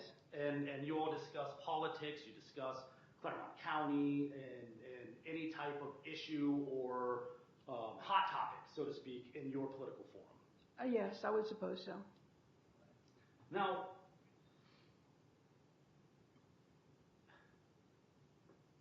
one more. The testimony was that Mr. Lyrenman has said things to you online. Yes. In 2023, he and I would just get into back and forths Sure. in neighborhood pages. Right. That's what I'm Right. saying. It's all back and forth. Political Right. banter. Yes, Right. exactly. And you admit that, yeah, you participated in that. Oh, absolutely. Now, has this man ever been violent towards you? Violent? No. Has he ever made any direct threats to you? Physical threats? No. Has he ever done anything to you that you consider an imminent threat? Yes. What so? The dildo in my front yard. That was an imminent threat of what? He knows where I live, and he's getting his message across. You have no proof of that he threw this dildo Proof? in your yard? No, there's no proof. Nothing you can show the court that this man had a dildo and threw it in your yard? No, I don't have a camera. So your claim that he's done nothing physical to you is strictly mental distress? Yes. Now, do you have any doctor's visits with a mental health provider that you can show this court, showing that you discussed this mental Well, I've distress? discussed this with Miami Township Police twice. I've filed 2 reports against him and 1 with the sheriff's office. Do you have any proof that you can show this court, any evidence that you've had to change your daily routine because of Mr. Lyrenman?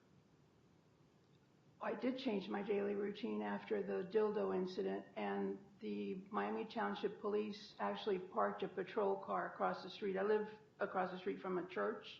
They parked it across the street from my house. And when I would go outside, you know, they'd wave at me. So I knew that they were there. They said they were going to patrol my house.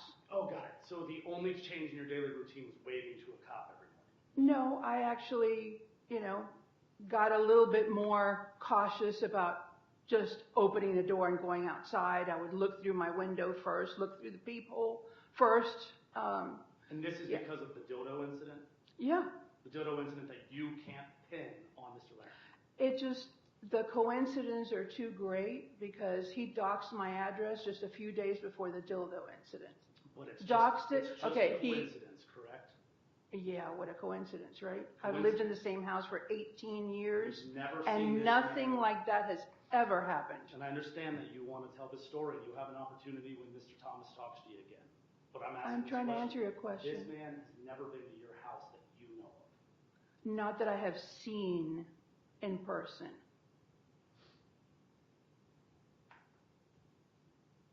All right. Now, you mentioned that you made a police report in reference to a post that Mr. Lyrenman. And I've made 2 police reports and 1 with the sheriff's office, 2 with Miami Township Police. Now, The first one was in 2023. now, you informed police that Mr. Lyrenman has never reached out to you directly, correct? Like message me directly or Never by phone? No. Never by social media messenger? Not the posts? No.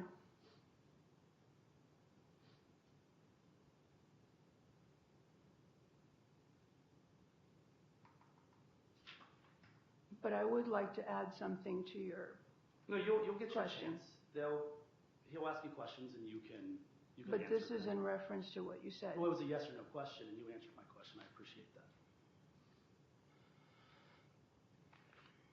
All right. So you participate in all this back and forth, but you want the court to believe that you suffered from mental distress. Okay, that was in 2023. Mhm. At that time, when I went to the police, the officer said, block him. Sure. And don't engage with him whatsoever. And I did. That was November of 2023. I blocked him. You would think that when you block somebody on Facebook, they can't see you talking to other people. Not about him, nothing to do related to him. But he has taken copies of my comments to other people and made posts about it. And you have a copy of that. I'm going to Mr. ask Thomas. that witness direct her to me, not to Mr. Thomas. You just have to answer questions right now. Okay. After you block somebody on Facebook, if you're not familiar with it, they can't see you at all. It's like you've disappeared. But that's not the case. He still must go in with another profile and look for comments that I've made to others. And this is the same back and forth banter. No, that stopped in 2023. Okay. Okay. I've had no other engagement with him directly at all online. I blocked him. But he's posting these on the parody sites, the No, opinions. no, this is, the one that he posted was on a neighborhood page. No, not on his parody site. Do you have that you Yes. can show the court? Yes. Can you pull it out of your pocket? And Well, I can pull it out of my phone. if you'd He's like got to a copy enter of that it. into evidence, direct it to me. Oh, okay, sure. I'd be glad to You show realize you. the phone will go into evidence with the case. No, So you don't have I'm it. showing it to you. If you want, you can show it up there if you like. You have it that we can physically put up there? Oh, well, if you tell me how to do it, I'll do it. No, I'm asking, is it a yes or no question? Do you have anything physical that you can show this court? Yes, we have something physical on paper. Mr. Thomas has it on his desk. But you don't have anything that you can. I don't have it And here. you have the opportunity, if he so has and desires Okay. to do so. You have nothing that you can show this court at this moment. I have my phone. I have pictures, screenshots on my phone. I can show you those screenshots. That is physical. My phone is physical. They will go into evidence. I don't mind if you want to put your phone in I evidence. don't want to would let you greatly have my phone fine with forever. that. I'm trying to keep you from losing your phone. I can provide you with the visual, not for you to keep my phone, but I can show you the screenshots. I'm not going to Or argue. Mr. Thomas has the paper copy, which he made an extra one for you.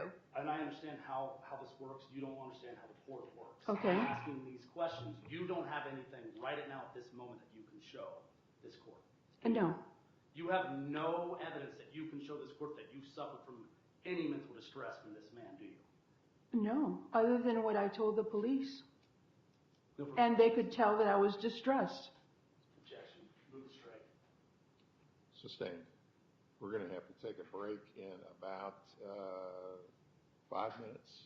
Okay, Your Honor, I'll make this brief then. Ms. Parrish, Yes. is being part of a PAC a public official capacity? No. And you're just a member of this PAC? Yes, I'm a member of the PAC. So you're not subjected to the scrutiny or sunshine laws that go along with a public official? I'm not a public official. Okay. Ms. Barish, I know this may be hard to discuss, but I have to ask you this question. Okay? Has Mr. Lyreman ever, what I would call dox you, which doxing to the court is defined by pulling people? He's defining how he is interpreting docs, so he can ask the question. I'll overrule the objection. Doxing would be somebody pulling your personal information, past criminal records, in an effort to try to intimidate a person. That's what that's used for. Yes. Has that been done to you? Yes. Could you please tell the court what Mr. Lyreman had done in this instance? Okay. He doxed my address, meaning that he put my address out there publicly. Now, I know that is public information, but people on these neighborhood pages don't necessarily look me up. And I usually go by my nickname, which is Angie, not my given name.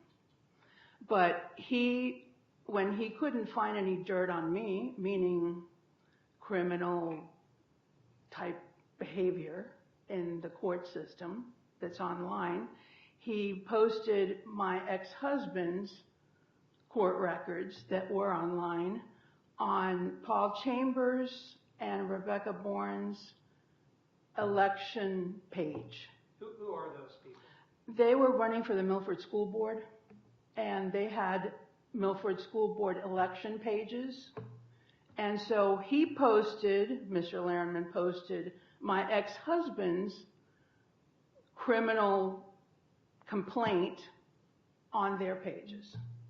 Did you want that information to be public? No. How did that impact you when that information was released? It was disconcerting. You know, when he can't find something on me, he's pulling out family members. Did anybody know about this? Yes, I contacted both Paul Chambers and Rebecca and let them know to take it down. And yes, another saw it. Those were public pages. Let me reframe the question. Did anybody know about that information in the public? No. No. So somebody had to really dig to get that information. Yes. It wasn't just like readily available rumor, conjecture. Correct. No further. Any redirect? No. You can step down. Thank you. Thank you.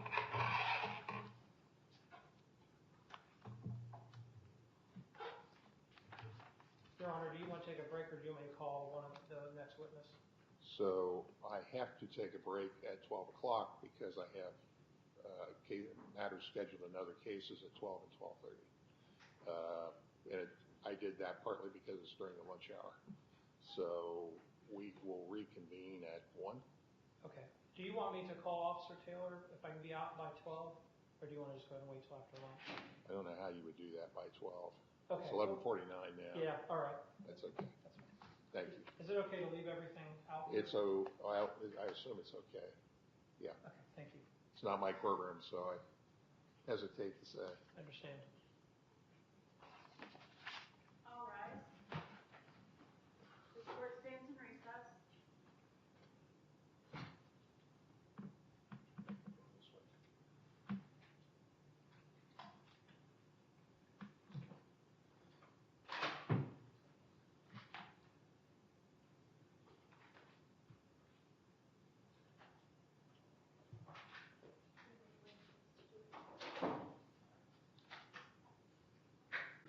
wishes.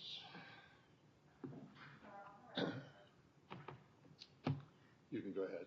Thank you, Your Honor. I'd like to proceed with Lieutenant Taylor of Miami Township Police Department. Okay.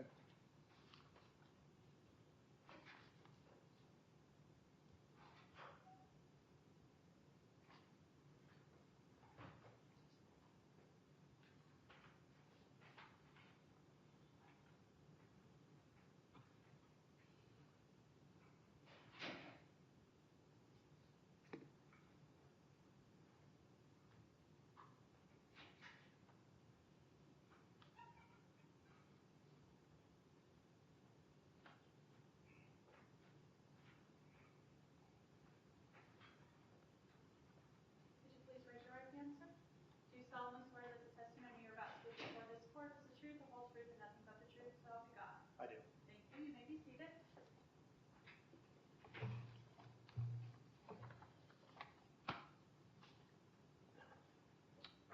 Good afternoon, Detective Taylor. How are you? Hi, good, how are you? I want to apologize. My goal was to get you in before lunch, and time got away, so I do apologize. That's okay. That we kept you this long today. Sure. How long have you been with the Miami Township Police Department? About 8 years now. Okay, so relatively new to the department. I wouldn't say new. I worked for 15 years before that with Union Township. Okay, just came from Union Township. Yes. Gotcha. Are you familiar with this case between Mr. Lyrenman and Mr. Thomas? No, Okay. Are you familiar with Miss Louisa McQueen? I am. Okay. Has Miss McQueen reached out to you directly regarding Mr. Lyrenman's behavior? She did back in December of last year.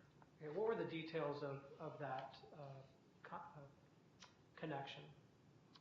I was given a post-it note by my chief regarding Louisa McQueen having questions about Mr. Lyrenman. And he wanted me to call her. So I did. I tried to reach out a couple times. She didn't answer. She ended up calling me back, and we spoke about some comments that he supposedly made over social media and some concerns she had about him recently purchasing a weapon. And based on those concerns, she requested extra patrol from the Miami Township Police Department for a political meeting that she was part of. Was a police report filed at that time? Yes, an incident report was taken. Okay. Did you bring a copy of that incident report? I with did. you? I have it here. Would you mind reading the summary of that incident report for the court? You want me to read my narrative? Yes, please. 12/23/24 at 14:15 hours, I received a message from Chief Hirsch to call the complaint and reference this case. I called Liza McQueen, and there was no answer. A message was left. On 1/2/25 at 13:22 hours, I called Liza McQueen, and there was no answer. On 1/3/25 at 1100 hours, Liza McQueen called into the PD. She expressed concerns that Michael Lyrenman was stalking her by posting a difference of political opinions and posting non-threatening comments about her. She also stated that Michael Lyrenman is reportedly against firearms and believes he recently purchased one. Due to this, Liza requested extra patrol at Bill Thomas's Holland Drive residence or address for an upcoming PAC meeting that they were having. Louisa also stated that Michael donated money on behalf of PAC members Bill Thomas and Angie, I believe it's Barish, to a GoFundMe toward a political cause that they didn't agree with. And I put in here, note, neither Bill Thomas or Angie Barrick has contacted police regarding this matter. Louisa advised she understood this dispute with Michael Lyrenman was not criminal, and his First Amendment right to free speech. Louisa just wanted the information documented in case Lyrenman's behavior escalated to something criminal. I advised Louisa that I could set up a EPR, which is an extra patrol request that Miami Township does for their residents. I could set up an EPR for her meeting. However, it would not be a detail, and priority calls would take precedence. She She thanked me and advised me she would send me the information regarding the meeting time, duration, location via email. And then the last line of my narrative is, as of 13:25 hours, I had not received an email. To the best of your knowledge, Detective, did Louisa McQueen, Miss McQueen, file this on her own free will, or did you feel that she was conspiring with people to file this? Objection, speculation. Sustained. When Miss McQueen came to you, did Miss McQueen mention anyone else working with her? Objection, Sustained.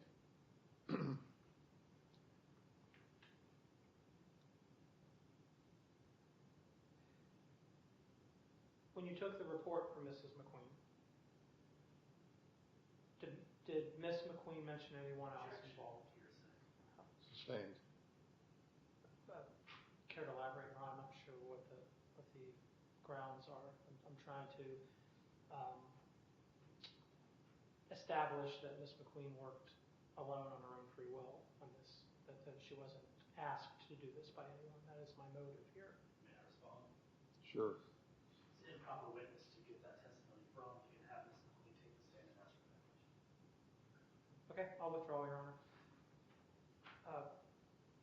Detective Taylor, do you have any other knowledge of anything with any other residents in Miami Township pertaining to Mr. Lyrenman? No. Okay, no further questions, Your Honor. Cross. Very brief, thank you, Your Honor. Lieutenant Taylor, in the course of investigating your part in this, did you have any information on any of those comments made by Mr. Lyrenman to Ms. McQueen were obscene? No. Any information if any derogatory language was used? I don't recall if she said that there was derogatory language. I believe, I don't remember exactly what she said, but I recall that it was non-threatening and non-criminal. Non-threatening and non-criminal? Yes. No further questions. Okay, you can step down. Thanks, Judge. Your Honor, I'll call Ms. McQueen to the stand.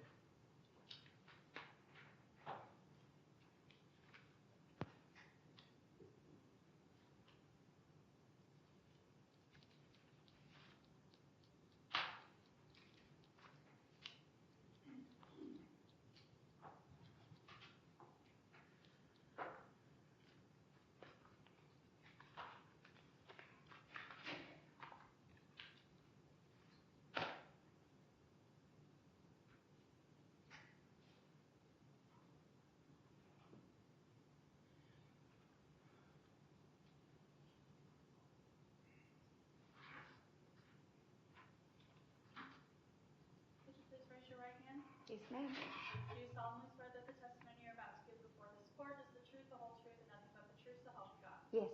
Thank you. Thank You you. may be seated. Hi, Judge. Could you state your name for the record? Sorry, I feel short here. Louisa McQueen, What's your address, Ms. McQueen? 6877 Oakland Drive, Loveland. And how long have you been a member of the Milford community? I've been here 16 years. Ms. McQueen, are you the president of a PAC called Raised Right Claremont? Yes, I am. What do you recall when you opened the PAC?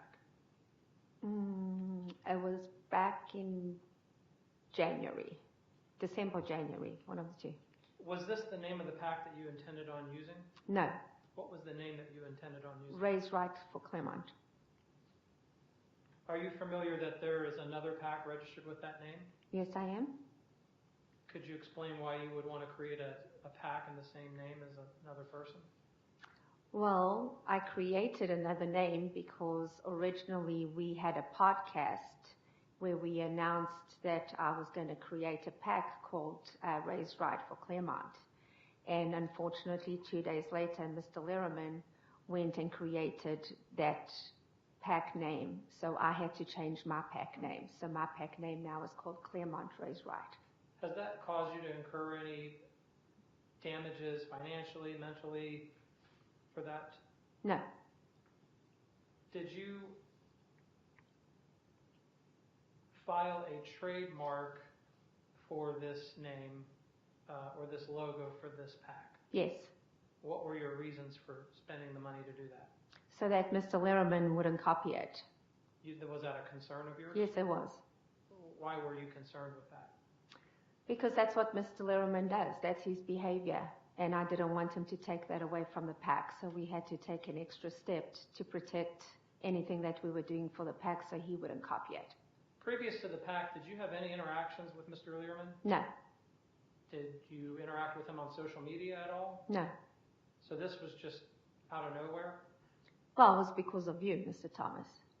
Because you were obviously part of the PAC, and he knew that. And so he just came after me because you were part of the PAC. Was Adam Byrd, representative of the state of Ohio, at a meeting? Yes. Was that recorded? Yes, it was. Can you attest that a donation was made to GoFundMe in the name of your PAC? Yes. For a lawsuit with New Richmond? Yes. Did you donate that money? I did not. But the name of your PAC was used? Yes. Was Rep. Adam Byrd's name used after Yes. this meeting? Are you familiar with the Facebook page, Raise Right Claremont? Yes. Your Honor, I'm going to turn back to Exhibit 8. Ms. McQueen, may I approach, Your Honor? You may. This is a page, I just want to ask you a couple questions about Exhibit 8, page 2. I didn't bring my glasses. Oh, So I'm give me a minute. Sorry. It's okay. That is a registration with the Board of Elections. Did you have anything to do with that registration or work with the person that registered that in any way? Absolutely not. Did you give them permission? No.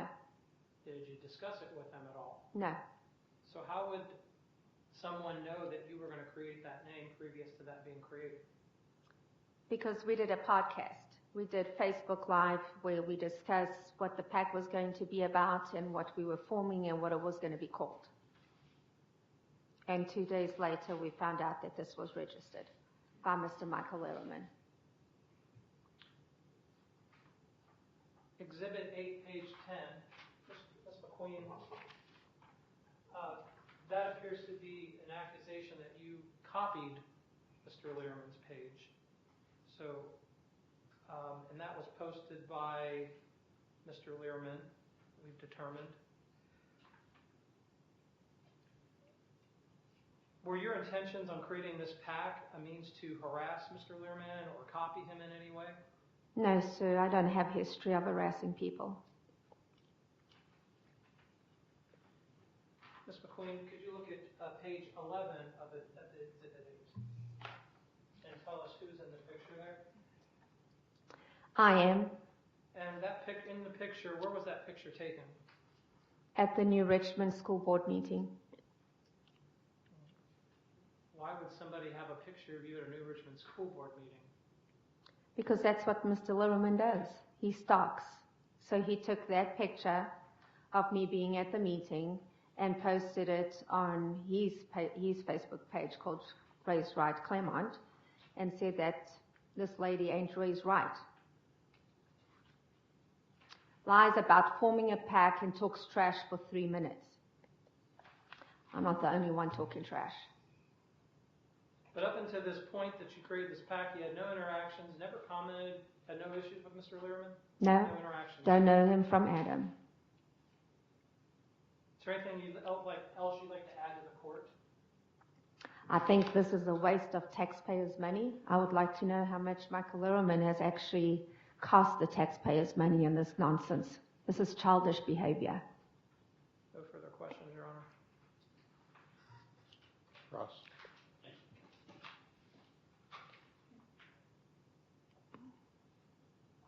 Hey. Ms. McQueen, Yes, sir. are you aware that Mr. Lyrenman didn't actually file anything to be here today? Am I aware? I am not aware, no. No, so if I told you that Mr. Thomas is the one who filed this, would you still contend with your statement that this is a waste of taxpayers' dollars? Yes, but at this point in time, I think we need to protect ourselves because I have an issue with Mr. Lyrenman. I mean, I do feel afraid, unfortunately. And you made a comment just a little bit ago that you said, I'm not the only one talking trash. In reference to yourself. Right. Everyone's talking trash, right? Everyone that's been in this courtroom talks trash. I don't know, I can't be witness to that. Well, Mr. Lyrenman talks trash, you admit you talk trash, Mr. Thomas talks trash, just a bunch of back and forth banter, correct? Right. Politically inspired banter. Yeah, I've never had that with Mr. Lyrenman, though. I mean, we've never talked trash back and forth. I've never had that with him. But it's been, you've said stuff on the podcast or whatnot. He said stuff. It's just a big runaround between everybody, correct? No, what I said on the podcast is what I was planning on doing. I wasn't talking trash. I don't typically go around talking trash about people. But you did say today that you do talk trash as well. Yeah, because Mr. Lyrenman talks a lot of trash, yes. Right. So you do it back and forth. Maybe No, not to each other. I've never, you're talking yeah, trash. I've never done it with Mr. Lyrenman, no. And who are you talking trash with? I don't talk trash. That's what I was saying. You just said I'm not the only one talking trash, as though you. No, I'm referring to the picture of what he said, that I was talking 3-minute trash. So I'm referring to that. This picture? Yes, sir. And this was taken from a live stream? I believe so. I don't know. I don't even know how that picture came about. I'm assuming that there was live stream there, and Mr. Lyrenman saw it and took it from there. You're referring to this as stalking behavior because someone's watching a live stream and snaps a picture? No, I'm talking about stalking behavior when I do a podcast and I now announce the name of the PAC and Mr. Lyrenman goes and registers the name 2 days later and then starts posting stuff on the Facebook page about me. No. That's the stalking I'm talking about. No. I have never typically had that. Understood. And it's your testimony that's caused you mental distress? It's caused me to be afraid of him, knowing that he went and purchased a gun. Yes, it does cause me mental distress, I had to call the police officers in Miami Township and ask them to patrol the area when we were having meetings. Yes. And I believe, at least in the police report, she also said that Michael Lyrenman is reportedly against firearms, and you believe he recently purchased one. Yes. You have firsthand knowledge that he purchased the gun, or you believe that he did? No, I got first-hand knowledge as a witness. Mr. Thomas witnessed him purchasing a gun. But you didn't? No, I did not. So you don't have firsthand knowledge? No, not first-hand, no. Just through someone that told me, yes. So someone told you right. that he had purchased a gun. You have no firsthand knowledge that he did? No. But that's a concern still. If it's not first-hand knowledge, but you know through someone that he purchased a gun, I still know that he's got a gun, especially when he doesn't believe in guns, because Mr. Lyrenman is a Democrat. So you've seen him with a gun? I have not seen him with a gun. Then how do you know that he has a gun? How do you know, Ms. McQueen? You just said you know, but you've never seen him with a gun. Jesse, what is the point of this, honestly? That's what we're all wondering. Okay, because this is just really very childish. But this is a person that for the last 2.5 years has been a menace, has been a stalker, and just doesn't stop. I mean, where do we stop it? Like, where does it end? I want to know, when does it end? Because he doesn't ever end anything. He just continues. So at what point do we not become afraid or scared because you just don't know what's his next step? Does Mr. Lyrenman's name ever come out of your mouth? No. I try not to. Seriously. Yeah, I try not to. It does. Trying means that it does. Right? No, it hardly comes out of my mouth. Even at my PAC, my first meeting at the PAC, I said, we are not talking about Mr. Lyrenman in this PAC, because this is not what the PAC is about. The PAC has a focus on one thing. Is that the same PAC meeting where it was discussed how he's not a threat and no one's worried about him? I don't recall that. I don't recall discussing that. Your Honor. Sustained. All right. So let's talk about how you've suffered mental distress at the hands of Mr. Lyrenman. Do you have any evidence to show this court that he's had any obscene or derogatory language towards you? Obscene? No. I think Mr. Lyrenman's actually quite confused because the one time he posted on his Facebook page, Raised Right Claremont, that I wasn't raised right, that picture that you have. And then a few days later, when I was helping out with the church giving cots for the homeless people, then he posted that and said I was raised right. So I'm not sure what he thinks about me. Fair enough. But bringing you back to my question, so that's a no. You have no evidence to show this court of any obscene or derogatory language towards you by Mr. Lyrenman? No. You have no outrageous outbursts from Mr. Lyrenman? We have had no contact. No screaming fits from Mr. Lyrenman? We've had no contact. No physical altercations with you? We've had no contact. No threats towards you? We've had no contact.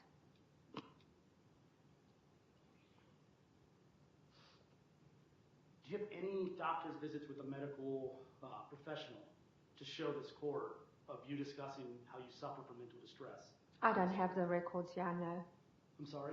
I don't have any records here, no. Is that because you've never went to the doctor for it? No, I have. You have, but you have nothing to show this court? No. Nothing? I don't know I needed to bring anything.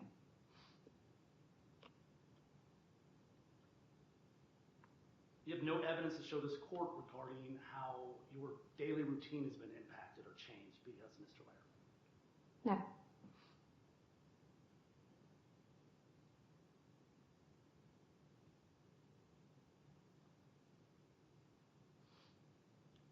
The report that you filed with police, your words were that he was stalking you by posting a difference of political opinions and posting non-threatening comments about you. Correct. Everything was non-threatening, right? Correct. But that's the same report where I obviously had concern that if we were going to have the meetings at Mr. Thomas's house and he knew exactly where it was going to be, I had concerns that he had a firearm. Did anything happen at any of those meetings, Ms. McQueen? No, but that's why I asked for police presence, because I needed to also protect the members of my PAC. You acknowledge that you understood that this dispute was non-criminal and his First Amendment exercises rights. I'm sorry, which dispute? Because there's been a lot. What you contacted, what you told Lieutenant Taylor? Yes. No further questions. I think we're on redirect. Thank you. Ms. McQueen, you were asked a question about this case being filed against Mr. Thomas, or Mr. Thomas filing this case against Mr. Lyrenman. To your knowledge, has Mr. Lyrenman filed any cases against Mr. Thomas? Let me hear your question again. I'm asking the witness if she has any knowledge of previous cases filed against Mr. Lyrenman against Mr. Thomas. Sustained. There's been several. It's Oh, I'm sorry. Sorry. Sorry.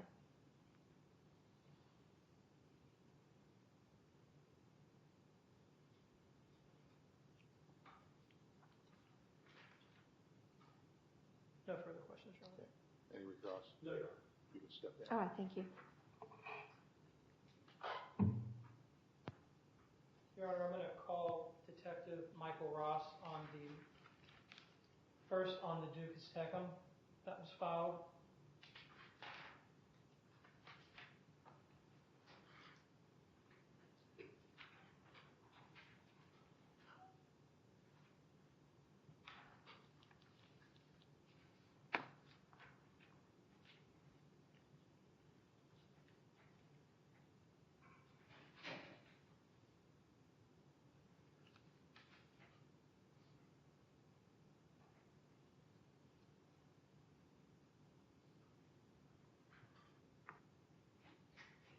And Your Honor, if Mrs. Souter's still out there with her son, I'm releasing her son because based on her testimony, I don't need to speak with him, so she can be released if she's still here.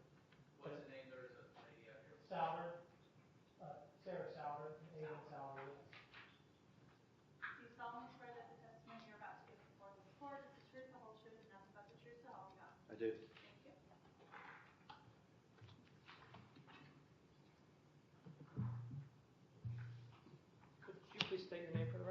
Yeah, I'm Detective Michael Ross. And how long have you been with the Claremont County Sheriff's Department? About 28 years. Are you familiar with the defendant in the courtroom, Michael Lyrenman? That's Michael Lyrenman right there. I don't know if he's the defendant or the respondent, but He's the must be the respondent. Right there. What have been your interactions with Mr. Lyrenman? I tried to call him a couple times, but I've never actually talked to him in person. Have you investigated any cases on allegations against Mr. Lyrenman? A couple, yes. Could you tell the court what those two cases are, a couple cases? Sure. The case I'm currently investigating involves a GoFundMe page called Help a Dedicated Teacher Stand Up for LGBTQ Students' Rights. And through my investigation, I've discovered that Michael Lyrenman, Sarah Souter, Haley Smith, and Susan Dawes donated to that GoFundMe page using other people's names, including, I think yours was one of the names, yes. Detective Ross, have you interviewed any of those folks?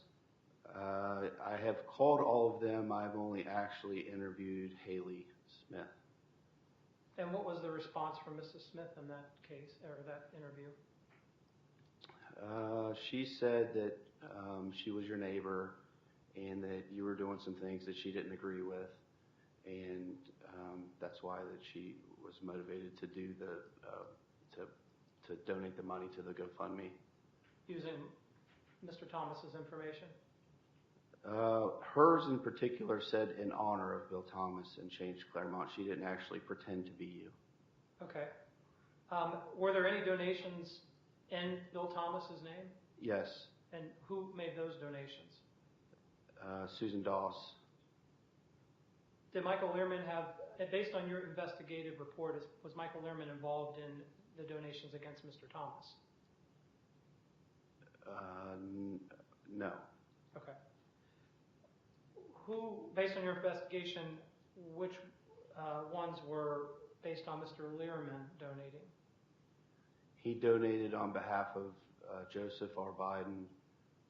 He donated using the name Paul Chambers and Melissa Nolan. He donated using the names Andrew Sedoya and Mike Durkee. And finally, he donated using the names Annette Zimmerman and Angie Barak. Okay. Did your investigation show any donations in the PAC Raised Right?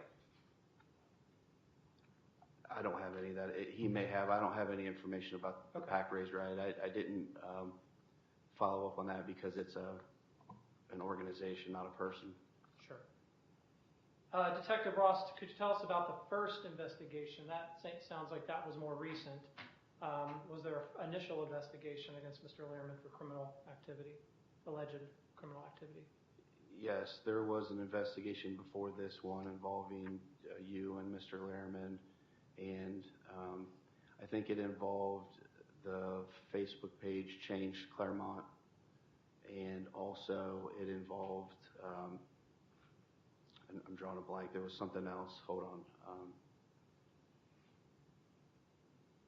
It was, somebody had signed you up for a parenting class and you were getting emails about that parenting class, but I don't think that I could ever actually, prove that it was him. I suspected that he was the person. Right. Did you attend the hearing, protection order hearing that was filed by Mr. Lyrenman? I could not. I did not. Okay. So you were in the results of that investigation were inconclusive that Mr. Lyrenman was the owner of Changed Claremont? I did. I do believe I did prove that he created the Facebook page, the satire Facebook page, similar to your Facebook page, but I couldn't prove that he signed you up for the parenting classes. Right.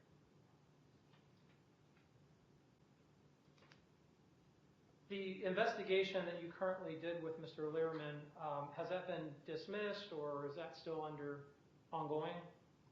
The latest investigation? Yes. It's still a pending investigation. Okay, so it's an ongoing criminal investigation against Mr. Lyrenman. Is anyone else being investigated at this point other than Mr. Lyrenman? Yes. Michael Lyrenman, Sarah Souder, Haley Smith, and Susan Dawes I've identified as people that have donated in other people's names and may have committed a crime. I don't know yet. And I have multiple victims on that case as well, more than just you. Okay. No further questions for Detective Ross, Your Honor. Cross-examination. Thank you. Detective Ross, in your investigation with the GoFundMe, do you know whose money was being spent on those donations? I assume that the people that made the donations were the ones using their own money. For example, Mr. Lyrenman, I believe, made the donations, used his own money to make his own donations. He wasn't taking money from the people the names that he used. No. Was there any other information from any of those people other than their names that was used in these donations? No. What year, the early investigation, the one involving the email, what year was that? I think it was last year, 2024. And then this GoFundMe investigation, I just hear it's new. Is that 2025 or? It actually started in December, so it would have been 2024. But, I mean, the bulk of my investigation has been this year, 2025. And that would carry over from that December, late December into the new year. Yes, sir. And then the earlier investigations, that early 2004, late 2004?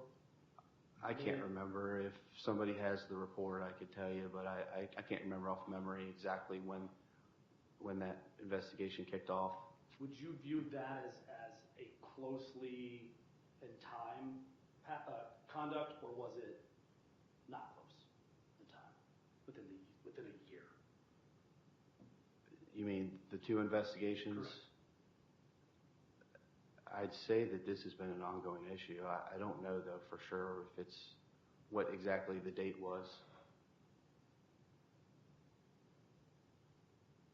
And on your investigation, there was nothing for Mr. Lyrenman using Mr. Thomas's name? Not on this investigation. No further questions.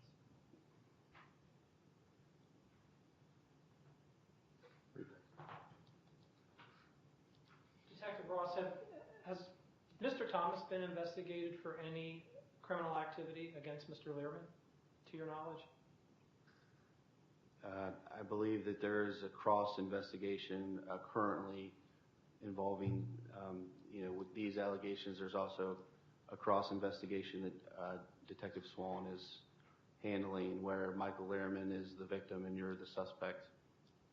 Do you know any details on that case? Actually, I do not. Okay.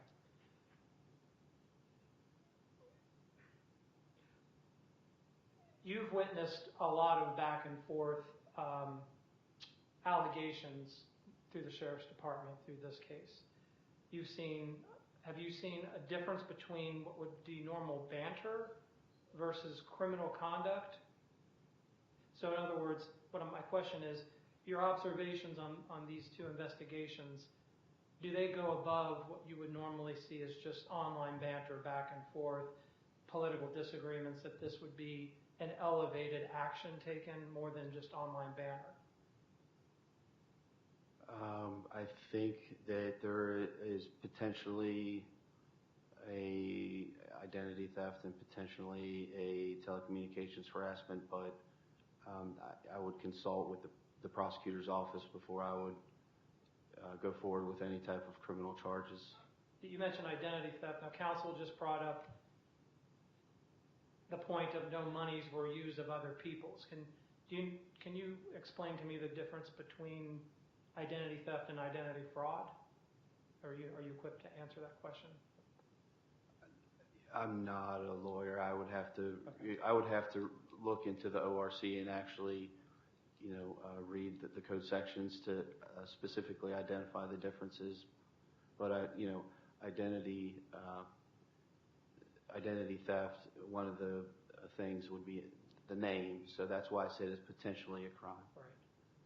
But identity fraud would typically allude to somebody using other people's money, or is that typically what you see in those cases for identity fraud? It's like a monetary loss?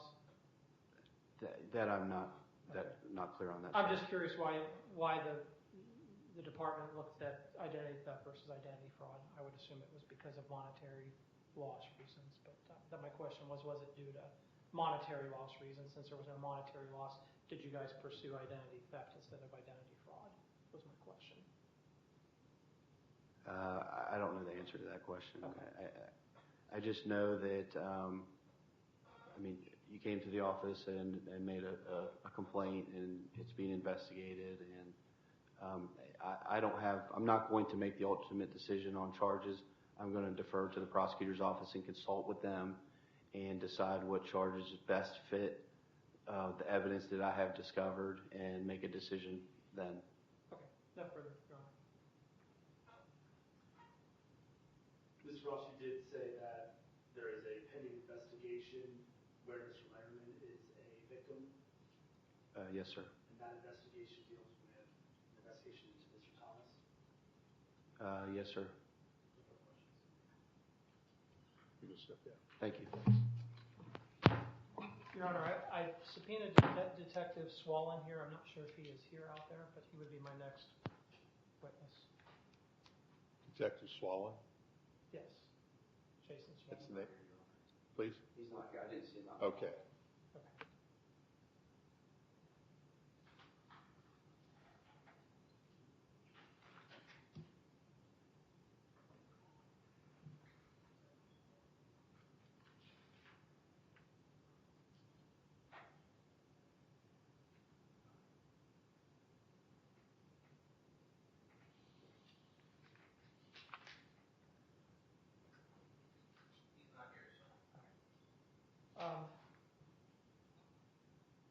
My next witness would be Mr. Lyrenman, Your Honor.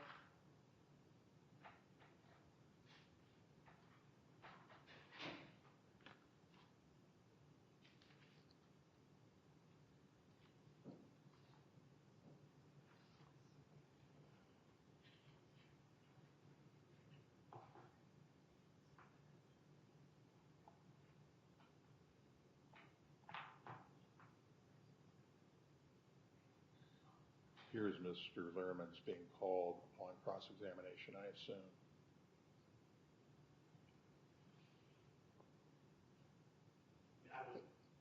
Please? He's calling Mr. Lyrenman as a witness? Yes. I would make the argument that if he declined to, if there's a pending investigation where he's a potential defendant, that he could invoke his Fifth Amendment right in such instances.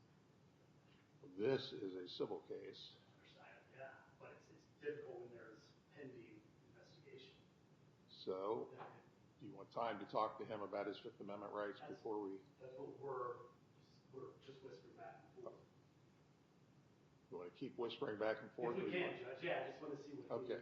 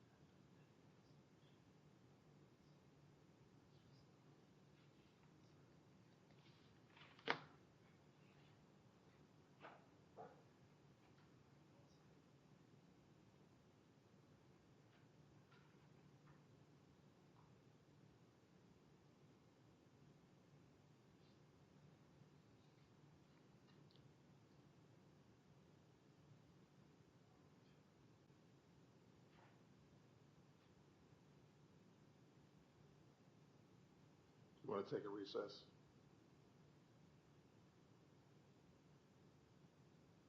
No.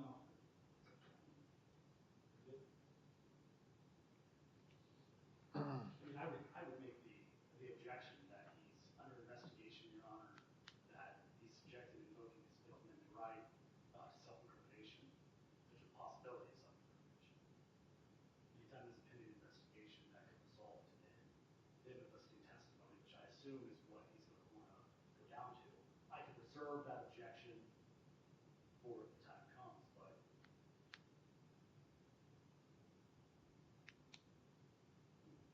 Detective Ross did just say that he was under investigation.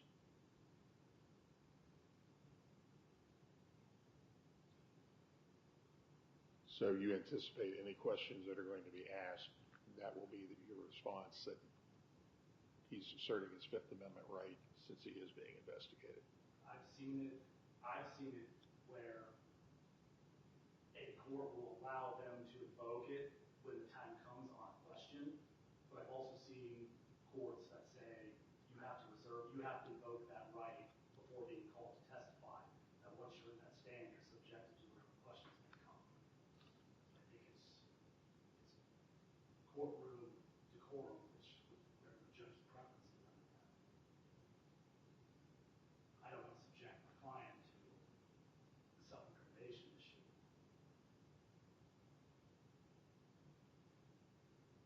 So I'm hearing you say your advice to him is to assert his right. Correct. And not try to parse it as to whether he's waiving on one statement. Absolutely. Okay. So I don't think you're going to be able to call him as a witness. Your Honor, if the line of questioning has anything to do with this testimony. His Fifth Amendment right it trumps me. So question for the court here, if he evokes his Fifth Amendment right, so anything previous to this investigation should be subject to testimony. This is about an ongoing harassment. It's a protection order case. Granted that there are things being investigated currently. This goes back years of harassment by Mr. Litterman and my family. I asked the court to allow questioning around anything previous to this investigation because nothing previous would be incriminating.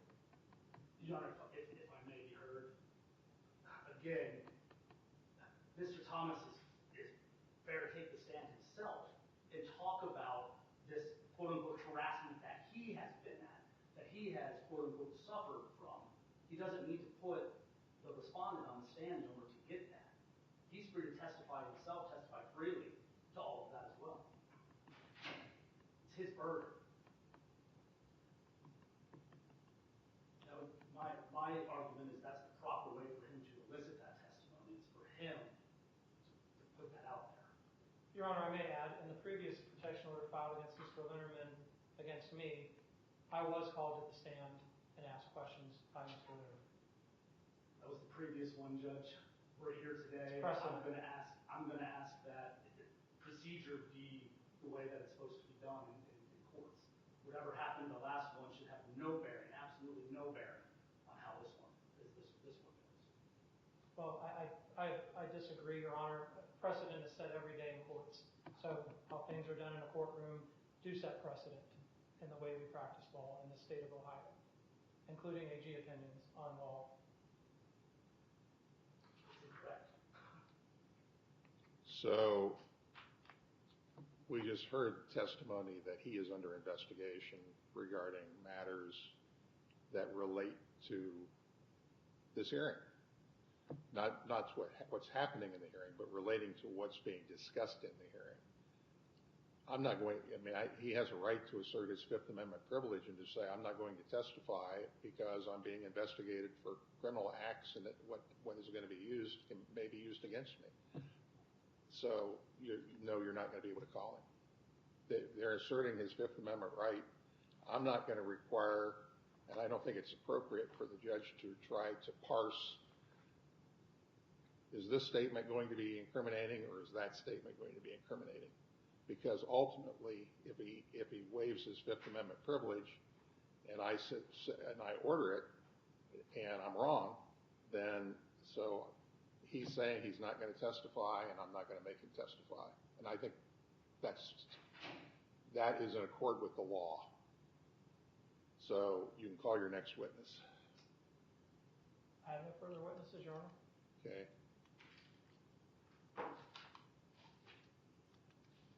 Now, do you have any witnesses? Your Honor, before we even get to that, I would move this court for a motion for a directed verdict as Mr. Thomas has failed to establish his burden, one, showing mental distress. There's been no testimony from Mr. Thomas that he had suffered any mental distress. Nothing. He never took the stand. He He didn't testify at all to any of this. He has no evidence to show the court that he suffered from any type of loss, any type of mental distress, that there was any physical harm. He just simply has not met the burden for a civil stop and protection order today. Your Honor, I would like to add to that apparently I'm under a criminal investigation, so I'm subjected to the same issue that Mr. Lyrenman is for taking the stand. So I'm unable to take the stand based on this court's finding that Mr. Lyrenman can't take the stand. I would not want to take a chance on incriminating myself. He still has that burden. He can't burden shift. He's the individual who filed the petition. So basically what you're saying is somebody files a protection order in a domestic violence case, person's being criminally held in jail, they can't issue it? That doesn't sound even remotely right. The petitioner has a burden. They must meet that burden. That is not right.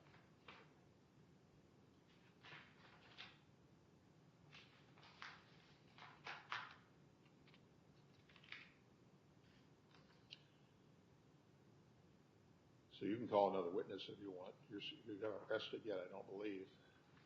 No, I'm not. But I have no other witnesses, Your Honor. I'm not going to take the stand if I can't. If he's going to incriminate himself, I apparently would be in the same boat since I don't even know what apparently you are both in the same boat because the testimony of the officer was both of you are being investigated. Correct. Except I don't know what I'm certainly not going to ask. My ruling would be no different with respect to your client testifying versus the respondent testifying. Fine.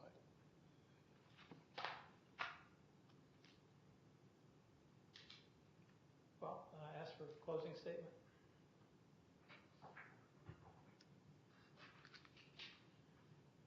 Okay.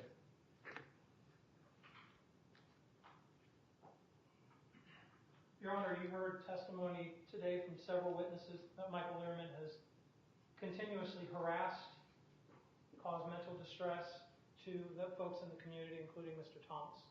This has been an ongoing thing for years. This isn't recent. These are premeditated items that have been presented to the court, and the exhibits that have been submitted to the court, testimony, all allude to the fact that Mr. Lyrenman has gone above what would be political banter online and has further advanced conduct that has been investigated in criminal instances. When you look at menacing by stalking and what's the definition of stalking, stalking is any unwanted contact. Mr. Lyrenman following people, taking pictures of people, doxing people, pulling their records, goes far beyond just typical banter, as counsel's trying to allude to, that this has just been back and forth banter. There's been no argument that there have been bantering back and forth through social media. That nobody's denied that. But Mr. Lyrenman has taken it further through these actions of signing up people for GoFundMe donations and signing people up for classes, using their information. These are actions that are far beyond what you would expect in just political bantering back and forth. It's a continuous pattern of stalking and taking action, and then turning around and filing protection orders, victimizing himself, wasting the court's time, the time of law enforcement to investigate matters as a means to continue to further harass the defendant in this case. Your Honor, I ask the court take this under advisement and look into this a little further than just a simple dismissal, because there has been ample proof that this has been beyond just banter, that this is an ongoing case of harassment, creating mental distress for all parties involved. Thank you.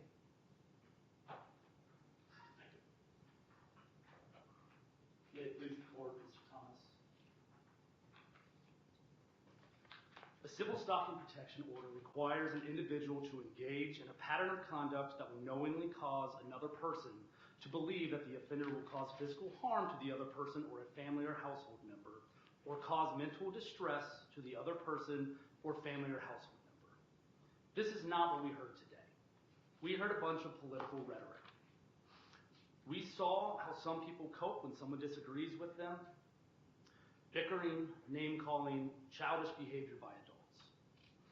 There was absolutely zero testimony that any of this was physical, and absolutely zero evidence of any threats to cause physical harm to anyone. Again, so we are solely looking at mental distress and whether or not the petitioner put forth any evidence that he suffered mental distress. As he is the one who filed this, the others that are named, the burden of proof does not fall on them. It still falls on the individual who filed it. The court must look at mental distress and whether or not an individual actually suffered mental distress. While the court can rely on testimony, it still needs to be backed by sufficient proof to show that that mental distress was actually suffered. At no point in time did anyone provide the court with any evidence of anything that could cause mental distress. At no point in time did anyone provide any evidence of any of those individuals, Mr. Thomas especially, since he didn't even take the stand to say what he was suffering or what had happened. Nor did Ms. McQueen, Ms. Brock, Mr. Chambers, any of them actually suffer any form of mental distress. No evidence was given or provided to this court. The courts have stated that mental distress can be evidenced a variety of ways.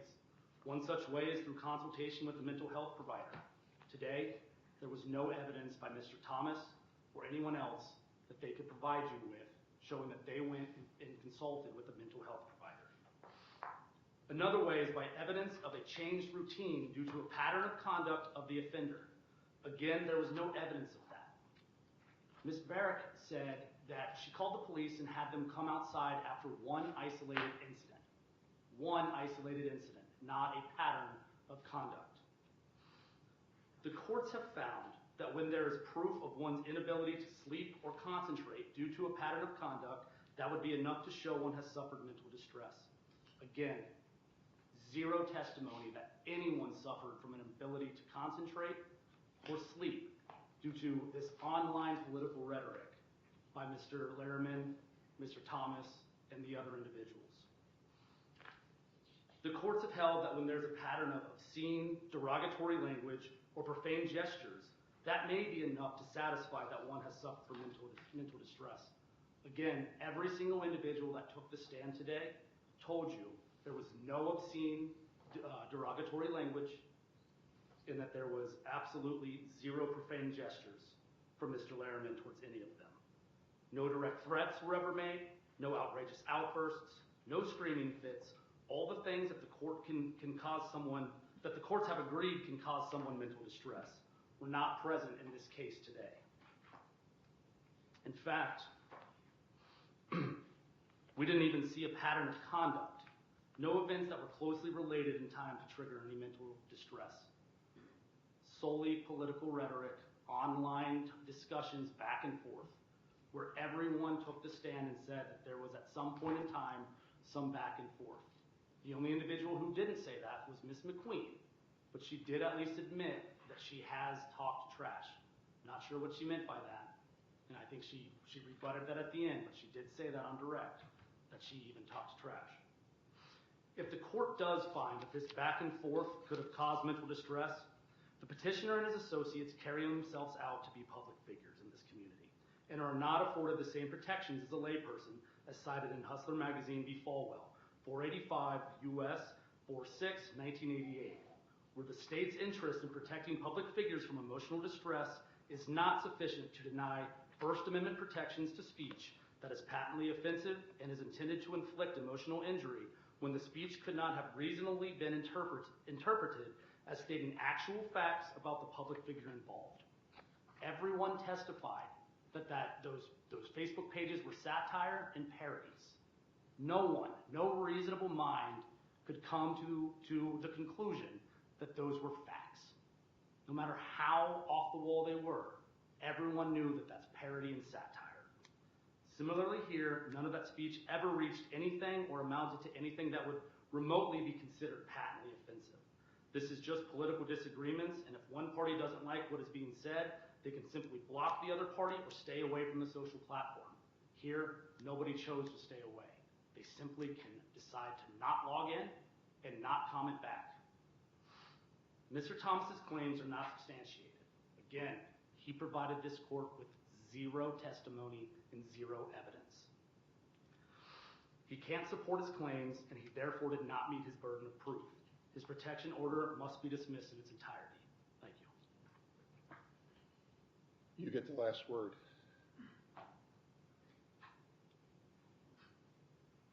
Your Honor, counsel says that there was zero showing to the court that Mr. Lyrenman had harassed, used defamatory language. Your Honor, you have an exhibit full of these screenshots. We showed them in the court. We testified to them. To say that there's that Mr. Lyrenman's conduct is just political banter is disingenuous at best. We had Ms. Barish testified to the fact that a person in her family, that Mr. Lyrenman went after her husband and some very hurtful things and bringing up her ex-husband's criminal past because he couldn't see fit. The court ruling that this is acceptable behavior in the community would set precedents that people can just be doxxed and be bullied offline, and anybody with any sort of political disagreement can just have their information used, stuff signed up for them. You know, I'm beyond words with what I just heard from counsel. There was clear testimony. We marched several people in front of this court that testified that they've been harassed by this individual on multiple occasions. Sometimes unprovoked. Mr. Thomas, there was witness that Mr. Thomas has been harassed by this individual. I think that it's important that the court doesn't just simply throw this into the bucket of political banter, because then you set the precedence that this type of behavior is going to be okay, it's fine, and we're going to continue. Mr. Lyrenman has already filed 2 protection orders against Mr. Thomas previously. Mr. Thomas has filed 0 up until this protection order in the past 2 years of all of this harassment. These protection orders are supposed to protect people. Are you going to tell all these people, is this court going to send a message to all these people that they're not protected by this type of behavior? Their information being blasted because they have different political views? I think it's very important the court put a stake in the ground. Otherwise, we're going to continue tying up law enforcement, having the prosecutor's office wasting their time in these meetings for further protection orders. Who knows the next one that gets filed? These guys go and sign people up using their information, and then they're going to go create an investigation to distract to their involvement in the criminal activity. I think it's very important that the court set precedents with this case in this county that this is not okay behavior, and they should be protected. It's almost impossible to say there's been no mental distress. I understand the burden of proof. I understand what counsel's saying. But the burden of proof is also the testimony of the people that has been shown, and the testimony of the people that have been displayed in front of the court one after another. So I ask the court to take that into consideration in the decision. Thank you. I'll review it and announce my decision this afternoon. So stick around. All right. Judge, I do have one question, if I may. I didn't hear any evidence actually be entered in, like any exhibits entered in. Is that not being part of the record, correct? I entered the exhibits into record. At least that's what I thought I did when I said I'm entering these into the court's record. So I just heard reference to them. I never heard. If the court disagrees, I understand. Okay, thanks. This court of common pleas is now at recess. Seated. Explanation of how I analyzed this.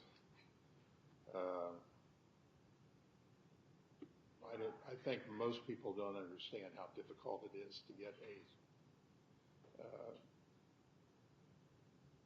restraining order for menacing by stalking. And you went through it when you were making your argument, but it has to be a pattern of conduct. And a pattern of conduct means 2 or more actions or incidents closely related in time, whether or not there's been a prior conviction or not.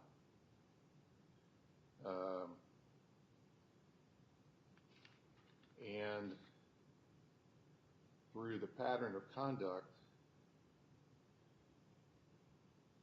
the person has to knowingly cause another person to believe that the offender will cause physical harm. And you correctly analyze that that's not present in this case, or cause mental distress. And I think it was 1992 when this statute was adopted, but the legislature obviously wanted to make sure that this statute applied to cases that of some magnitude. In other words, it's not something that when you're unhappy, when the election didn't turn out the way you wanted, or when you're just not feeling as good as you could feel. We these days tend to refer to that as mental distress, but mental distress under the statute was drafted at much more seriousness. So any mental illness or condition that involves some temporary substantial incapacity. You can't do anything for a long time. Temporary substantial incapacity, or any mental illness or condition that would normally require psychiatric treatment, psychological treatment, or other mental health services, whether or not any person requested or received that treatment or services or other mental health services. The way the statute was drafted is it has to be a really big thing.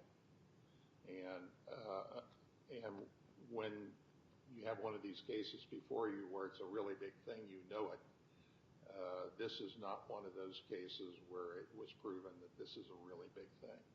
So during these times, the word mental distress is used kind of on a daily basis.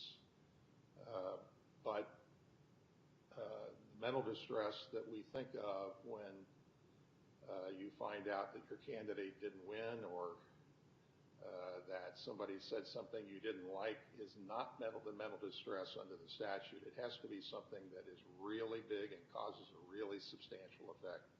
And that just wasn't present here. So the petition will be denied.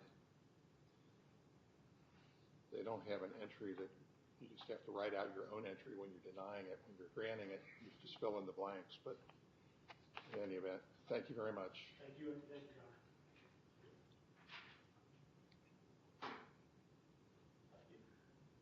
Costs of the action are assessed against, well, actually, we'll say waived.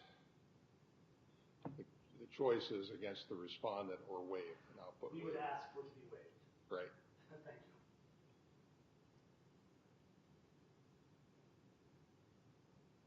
Thank you very much. Thank you, Your Honor.